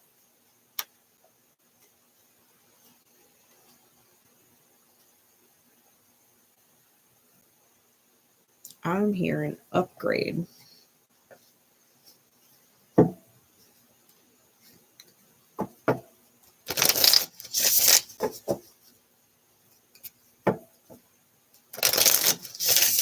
Ooh. If anybody wronged you,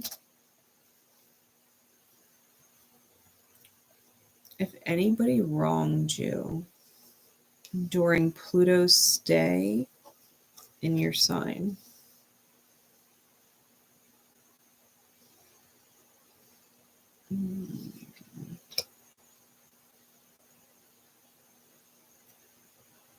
I got Temperance out here twice. Debts are going to be paid. Spirit is going to collect. People will pay in karma if they betrayed you while Pluto was in there.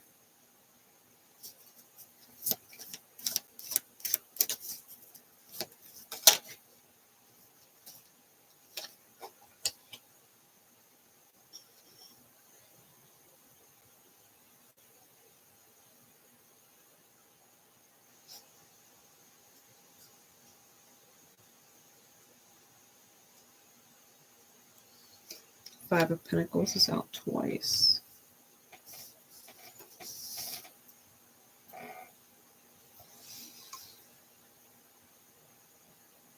I got Temperance with the Strength card and then the King of Pentacles with Temperance. That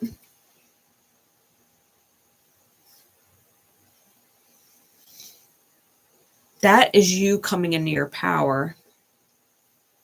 Temperance with the Strength card. That is you coming into your power. The King of Pentacles, he's the fucking goat.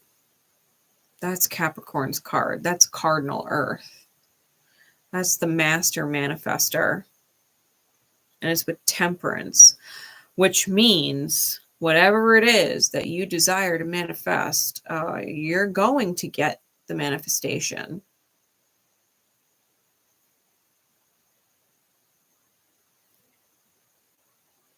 Whatever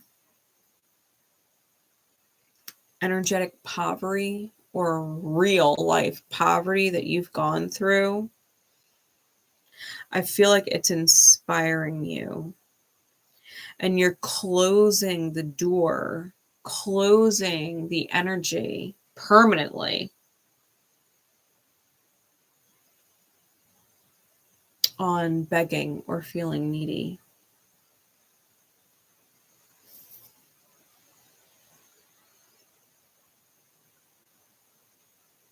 Three of Wands with the Eight of Pentacles. Like, you're on a fucking journey to fucking put in the work. These energy vampires. The truth is, you're like, the truth is, Capricorn's looking at people like, the truth is, you're fucking wounded, not me. You're wounded. That's a you problem. Not me. Justice. Top of the deck, Ten of Pentacles on the bottom, Master Manifester, Double Temperance, closing the door on poverty. Yeah, Capricorn's looking at other people like, if you're hurting, that's a you problem. I'm busy making fucking money. I'm busy manifesting.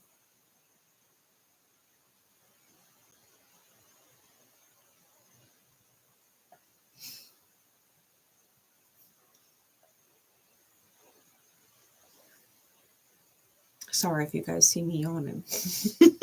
I've been up since like 5 this morning. It's almost 10 now.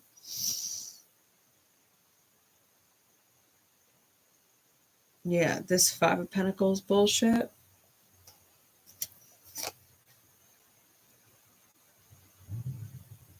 Capricorn's looking at people like, that is a you problem. You trapped yourself in that bubble. You chose it, right? Capricorn's looking like, you chose it. Your choices got you there. My choices are going to get me where I'm going. Capricorn's like, I learned from watching you how to not be a fucking jackass. I learned from watching you what not to do. Capricorn's looking at other people like, if y'all robbed yourselves, that is a you problem. Don't come to me. Capricorn said, don't come to me when I got all kinds of fucking money and I've got the house and I've got all my shit, right? Capricorn goat shit. Pentacles, Pentacles, Pentacles, Pentacles, Pentacles. World card. Like, more Pentacles. Justice. And more Pentacles. Like...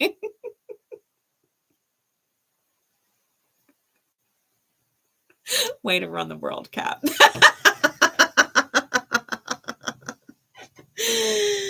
Oh my God. Way to run the fucking world, Capricorn. For real. Good for you. Good for you. I hope you are swimming in your manifestation. I hope you make tons of fucking money. I hope you're all kinds of fucking stable, living whatever your best life is.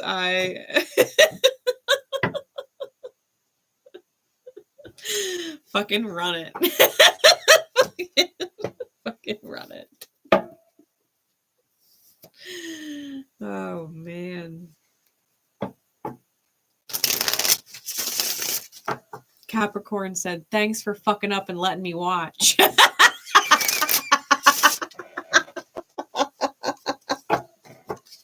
Because now I know how to not do that. Thanks for fucking up and letting me watch.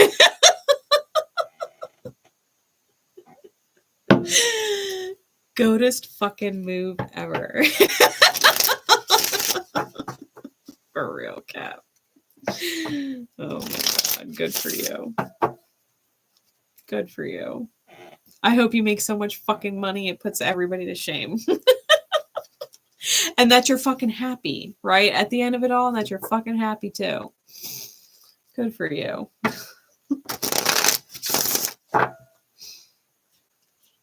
Good for you. All right, Aqua.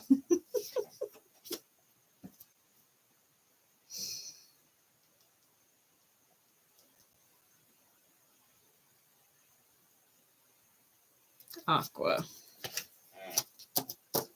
Spirit, please, what are the dice for Aquarius? we've got Mars, Libra, and 11th house. So you may have Libra in the 11th. You may have Aqua ruling your 11th, right? You might also have a Mars in Libra, or Mars in your 11th house. You might have Mars in Aqua, okay? And all of those different alignments and placements would be significant for you, okay? You may also have Libra in your big three.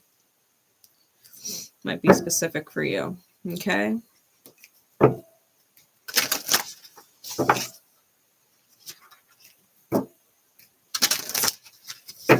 All right, what's the milestone for Aquarius with Pluto moving into your sign? Ooh, I just put this back in the deck and shuffled. And we got Reawaken.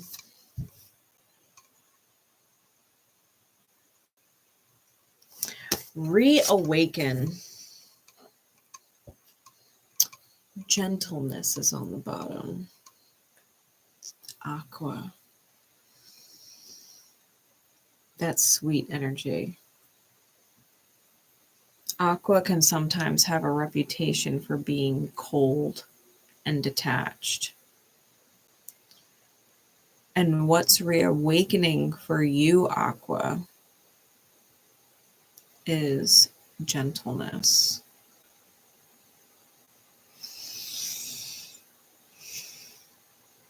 The universe is bringing back gentleness. What does that look like? Insight, please. Really, coming out of this new moon in Capricorn into Pluto and Aquarius, the goal is to reawaken gentleness. What does that look like?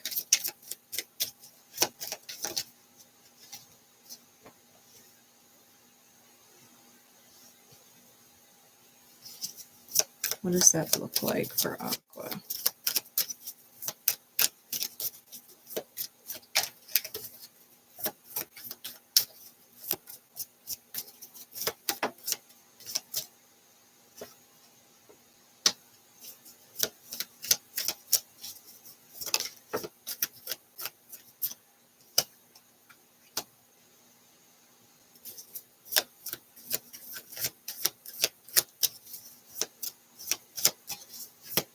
Give me one more. All right, two more.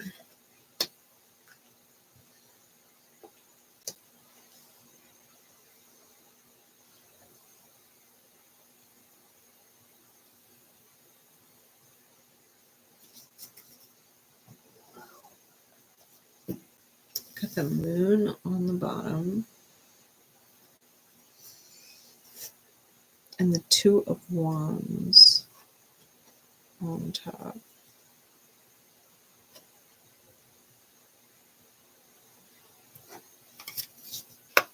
Clarities, please.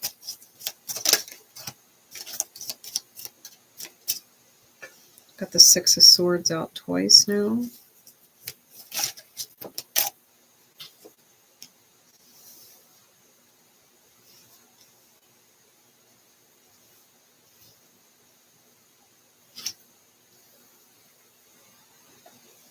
And two more.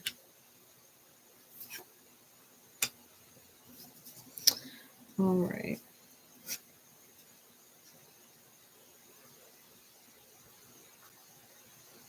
Aqua.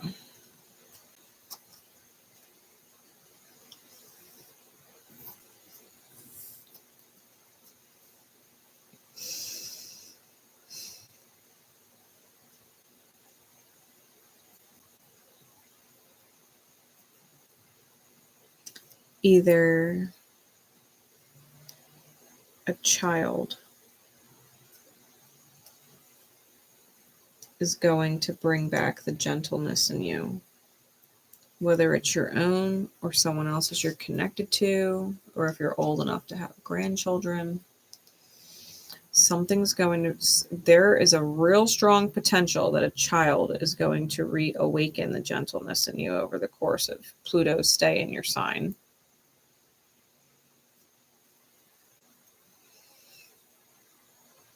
For more of you, you're going to be awakening to the fact that you are just a child in soul, and that maybe what was missing from your childhood was gentleness, which might be what you inherited, right? Plutonian energy, Scorpionic energy, squares your sign. The reason why you might feel so cold or detached is because gentleness was missing from the beginning. And I feel like you are going to find yourself at multiple crossroads moving forward in the pursuit of joy.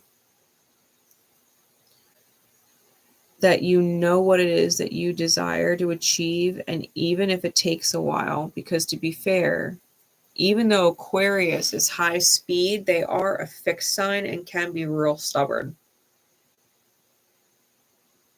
They could be real stubborn. To be fair, and I love Aquarians, but they might be the most stubborn of the fixed signs. The most stubborn.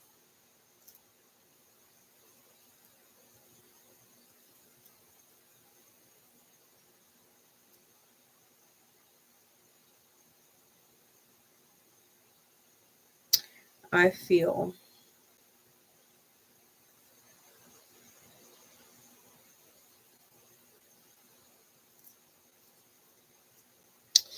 so we got the Three of Cups with the Six of Swords. I think you might be moving away from quote unquote third party energy. Now, third parties can be anything. They can be careers, they can be family situations, they could be addictions, right? A third party. If you've ever heard the saying, you only have one love, if the one love is in misalignment with your highest good, well, that's the third party. That's the third party energy that's keeping you from joy and celebration, right?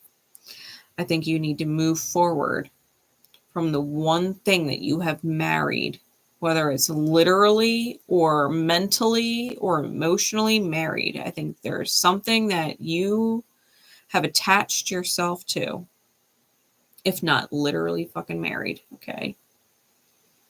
That is, you consider it your one love, and I think that it's karmic. I think that it's going to be moving exceptionally slow. I think that they're coming through, their energy, male or female, doesn't matter. But they're coming through in Queen of Wands energy, which means they desire certain things, but it's clarifying the Eight of Pentacles in reverse, but they're not willing to put in the effort to get it. And it might be a part of your own energy, right? Which is why whoever it is in your mirror. They desire things, but don't put the energy in to do it. They don't put the work in to do it, right? It would be someone like watching a Capricorn, right? Making all this fucking money, and you're like, oh, I wish I had that much money, but they don't want to put in the work or the effort to make that kind of money. They don't want to put in the time. They want to snap their fingers and have money there. It doesn't work like that. You don't just snap your fingers and money is there. You have to put in some effort. At the very least, you have to put in the effort to go to the convenience store and pick up a lottery ticket. The lottery ain't going to win its fucking self for you and show up. You still have to make an effort to go to the store and buy it.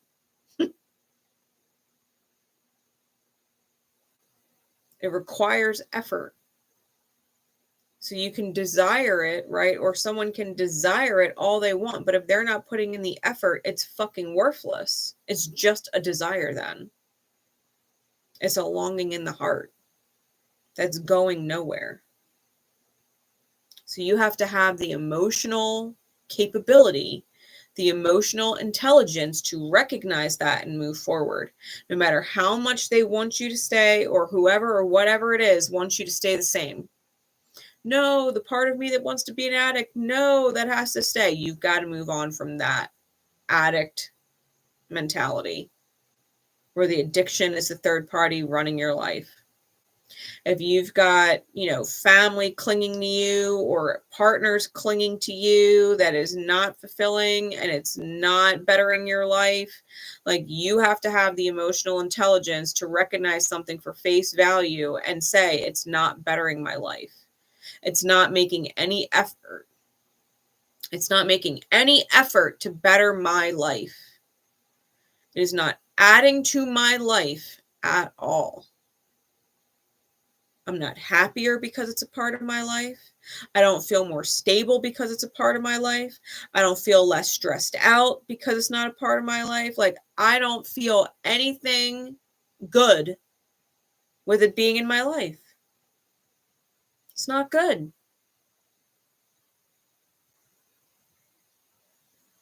Matter of fact, it's causing me stress being in my life. It is draining my finances being in my life. I do feel alone and unloved with it being a part of my life. I don't feel like I have anybody close to me because it's a part of my life.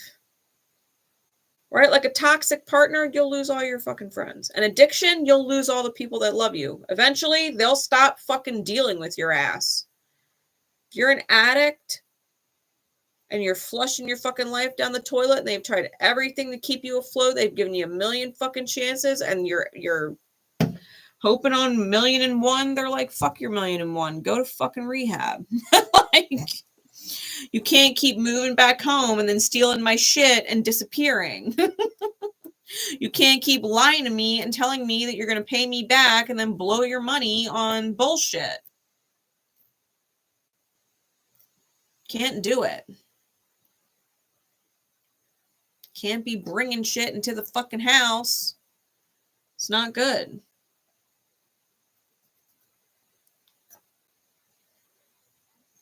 At some point, Aqua.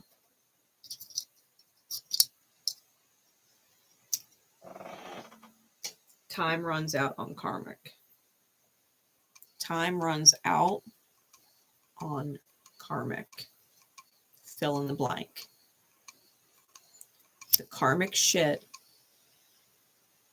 cannot persist forever. And Pluto going through your sign is going to make sure that you got the memo.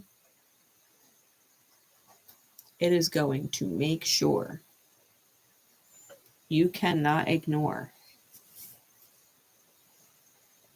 Pluto. It's going to change your goals, your dreams, your social circles, your partnerships, and what it is that you desire. Literally. 11th house, Libra, Mars. It's going to change you and how you relate to the world. You are going to have to step up into your unique and authentic self, because the shadow of Aqua that a lot of people don't necessarily talk about is groupthink. Well, all 100 of us agree, and you're the only one different. So you've got to be like everybody else. You've got to think the same way. That's the humanitarian side of Aqua and its shadow. Well, if you're not with us, you're against us. Group think, pack mentality, Aqua shadow.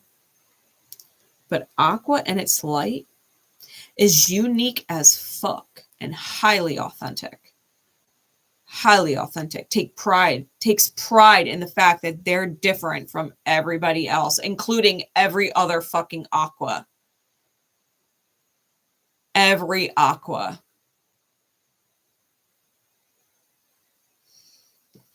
No offense to vegans, but almost every fucking aqua I know. Like, I get it. I totally get it. But you could be that one aqua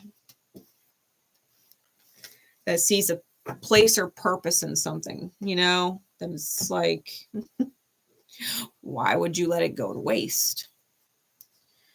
Why would you let it go to waste?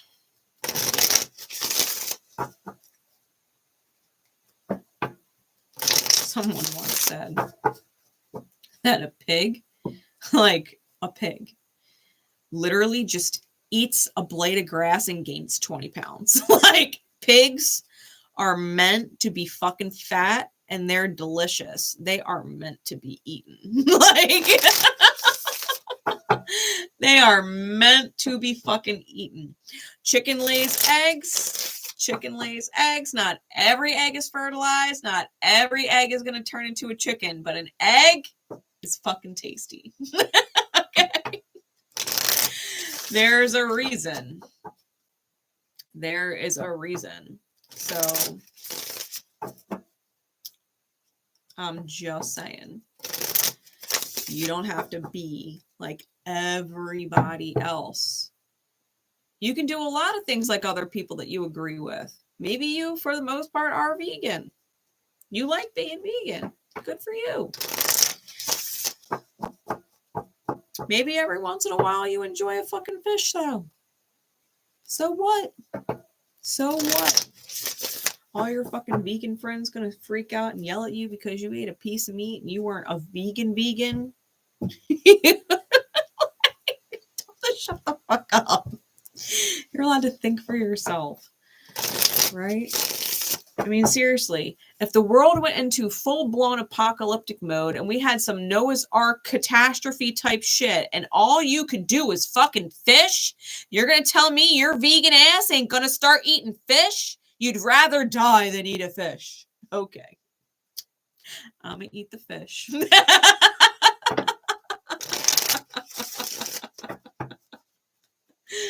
Come on, Aqua. You know, sometimes you gotta think for yourself. You really do. Well, all of my friends that are super hip and cool smoke weed. Okay, well, maybe you're the one fucking person who don't.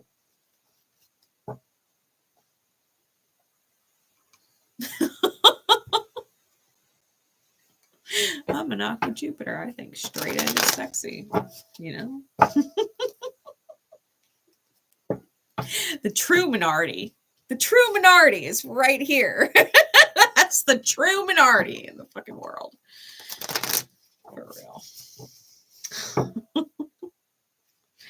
Reawaken. Being gentle. Being kind to yourself. And gentle with yourself, that you would not be so hard on yourself that you would detach from your authenticity. Be gentle with you. Don't let other people manhandle you into believing what they believe and doing what they do and doing what they say, and forget you have a mind. This was a big thing this week. You have a mind. It thinks. Beautiful, authentic thought. Aquarius is an inventor. Aquarius is a fucking guru. Aquarius is a healer. You do that by mastering yourself. You invent and master, guru yourself. You heal yourself. Your polar sign, Leo, is the king, which means you have to integrate your sense of regal authenticity and make it king. That there is nothing and no one's opinion about who you should be more superior to you than your own. And that you would give others that exact same room and space to be themselves.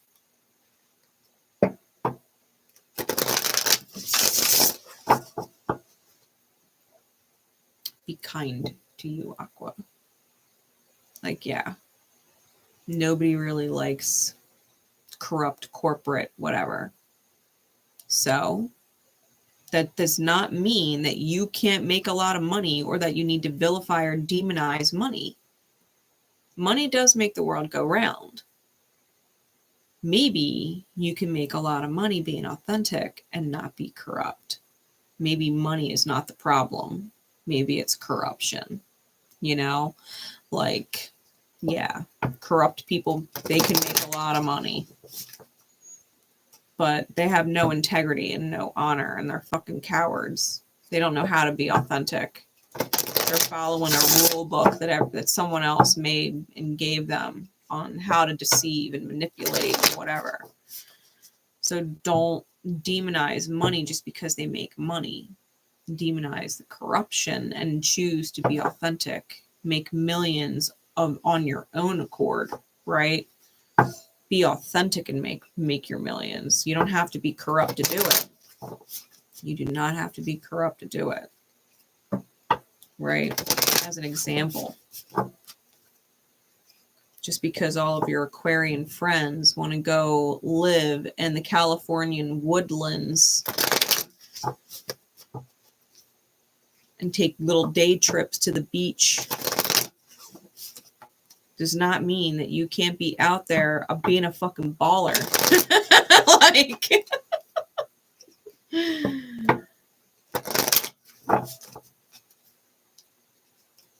doing the same thing, to be fair. You do the same thing. You want to live in the fucking woods, live off the land, milk goats, take day trips to the beach, and be a ballin' ass millionaire. Why the fuck not, Aqua? Why the fuck not? Just saying. Do you. Fuck everybody else. Respectfully. All right. Pisces.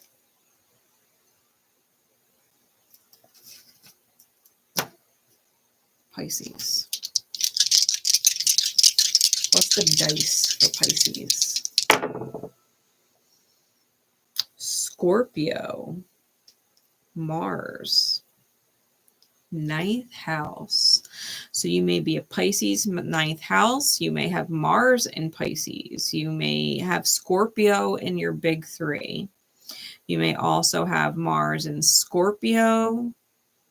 Scorpio ruling the 9th house. Or Mars in the 9th house. Okay. And any combination of those with Pisces. So, Spirit, please, what is the milestone for Pisces, Piscean energy coming out of this new moon in Capricorn and moving into Pluto and Aquarius? What is it? The milestone for Pisces.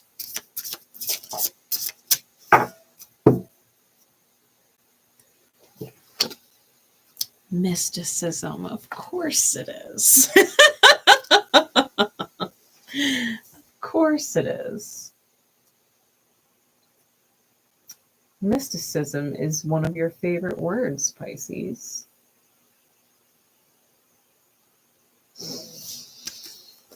Mysticism. I feel like because Pluto moving through Aquarius is in the foundation building for your sign, because you're next. Pisces is next. Really, 2040s on into the 2060s is going to be Pluto and Aquarius. Pluto and Pisces. I feel like this is the time where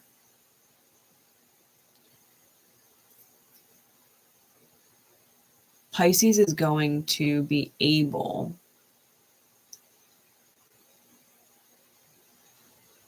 to really reach into themselves and find what is essentially their hidden superpowers, their supernatural abilities, and really hone in on it. The idea of it, at the very least, because once Pluto clicks into Pisces, that you're going to be completely transformed, right? The way that you connect to what is beyond the veil is going to completely transform. I think this period with Pluto and Aqua, the anticipation of the build towards Pisces, I think you're going to be finding that some of your latent or hidden gifts are coming back online. This might be extremely beneficial for those of you, if you have like Pisces in the 9th house, for those of you who also have a Pisces midheaven, right? If you also have a Pisces midheaven, even though technically it's the 10th house start, it's where the 9th house ends, right? So I feel like you're going to be actively pursuing wisdom via your hidden gifts. I think you might also be coming into contact with like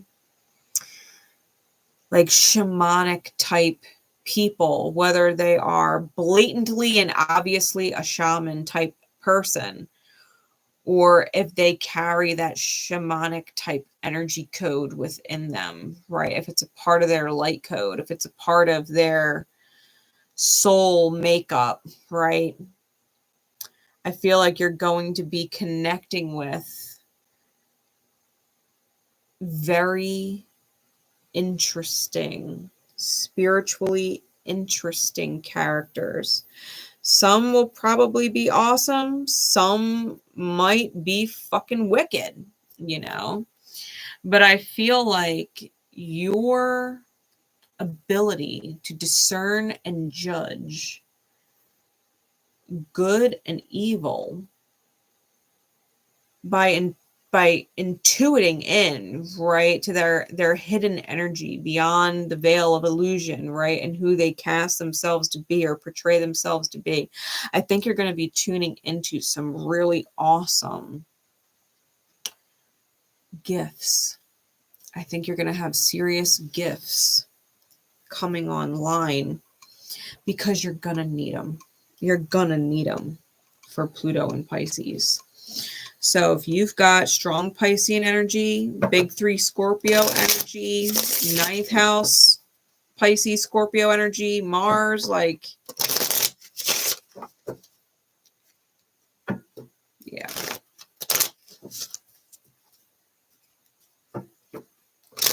You're going to need them.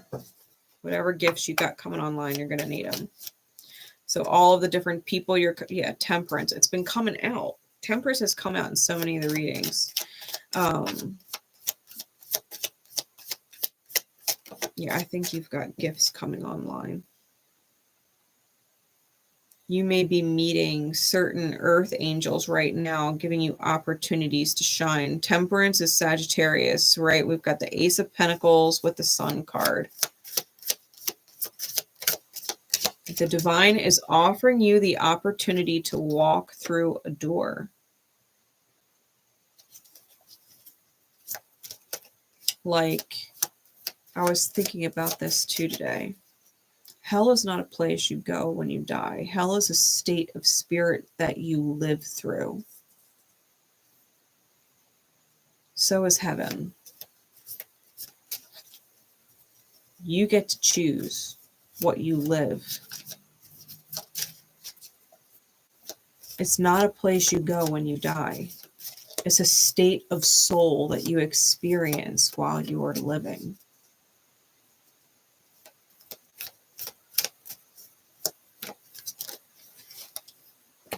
I think you're going to be coming in contact with souls who advise you or teach you how to live in a state of heaven. And you are also going to be experiencing people who would perpetuate you living in a state of hell.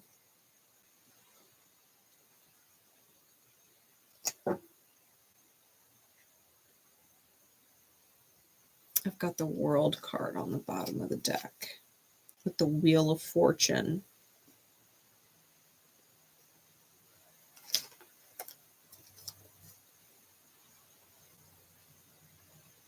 Not gonna lie, Pisces. If you're not already lost inside your own shadow and feel like you're literally living in hell, right? That life is miserable, sufferable, hard, stressful. If you're living in low vibrations, I feel like it's going to get worse before it gets better. And if you're on the fence about life, I think the shadow is going to find you and try and take you into its own hands first. Which is why it's so important that you're in touch with your intuition and your psychic gifts. Sagittarius energy. I know Pisces and Sag don't always see eye to eye. They're in square, and it's belief versus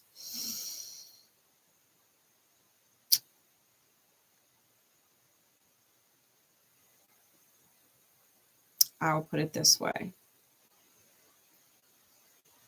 Sagittarius understands the 12 universal laws. It is the structure. That's why some people will say Sagittarius is religious, right? Or righteous, because they have this understanding of the 12 universal laws.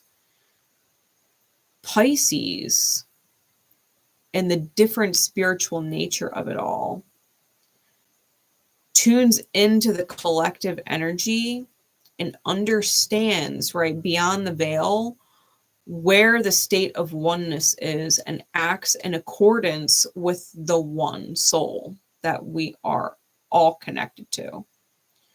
So Pisces could essentially be the last sign to wake up. And not just because they're the last sign of the zodiac, but because they're connected to the one soul. And the fact that they're connected to the one soul until the whole crosses that threshold, Pisces isn't necessarily going to wake up. And in order for Pisces to prompt it and propel it forward, they would literally have to go searching inside the soul of the one that we are all connected and start to heal it from the inside out. Like, they would literally have to start to look in that dark mirror, right? They would have to do that. Take initiative, which is not their forte, it's their evolution. Pisces evolves into Aries, who is initiation. Aries is the original leader, the sign of the self. And that's the thing. Pisces energy, being connected to the one soul. That's why they're constantly escaping. That's why Pisces is known to be a drinker, right? Or someone who parties and gets lost and escapes.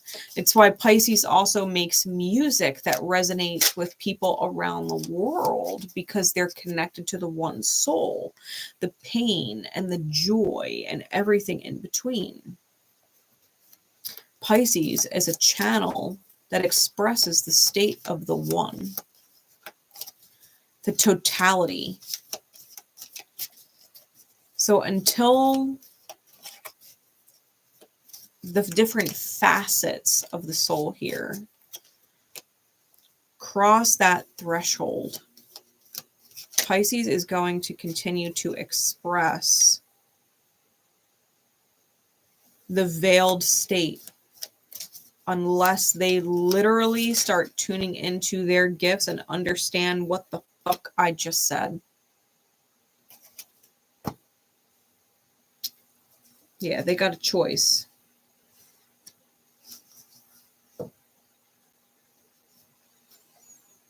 Temperance with the Two of Cups, Ace of Pentacles, and the Death card. They have to truly transform in order to walk through that door. They have to almost get beyond the web of connections here in the oneness of us all being connected and actually cross further into the creator energy.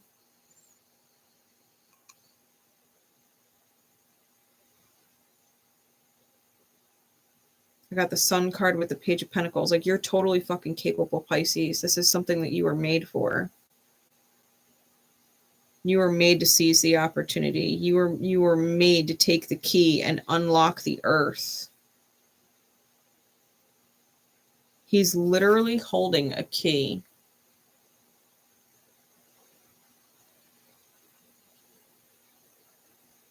And he looks like he's about to plant it in the ground or unlock the ground.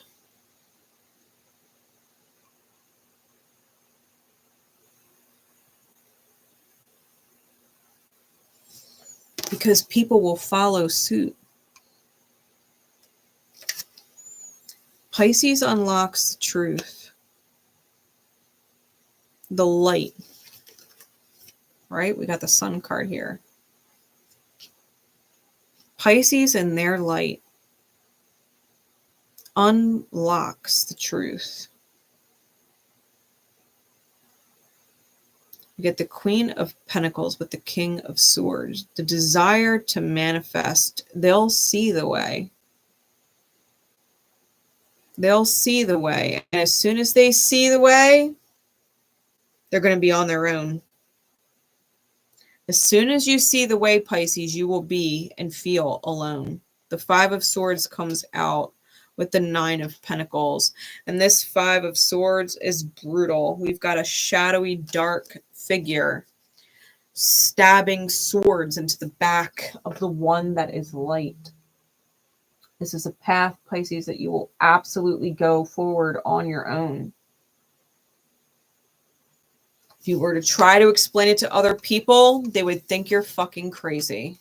They would vilify you for it, damn you for it, institutionalize you over it. Like, you're going to have to go forward alone. Yeah, Ten of Swords with the Lovers, the Two of Swords, and the Four of Swords. You'll be betrayed by faceless people who put on masks and pretend. They'll entangle themselves with you in order to lay you to rest and put you back to sleep, make you feel like you don't see. You're going to see some magical shit. You're going to intuit some crazy shit. You're going to feel inspired, Knight of Wands, to manifest. This is magic. You're dealing with a world of hidden magic.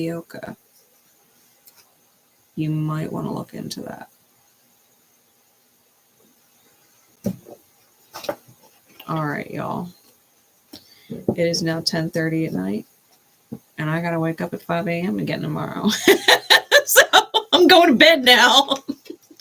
I love y'all, and I will see you tomorrow for the moon event. It will be a members only chat because even though it's airing public, it is going to revert to members only afterwards. Okay, so until we see each other again tomorrow, I love you and good night. Take care, everyone.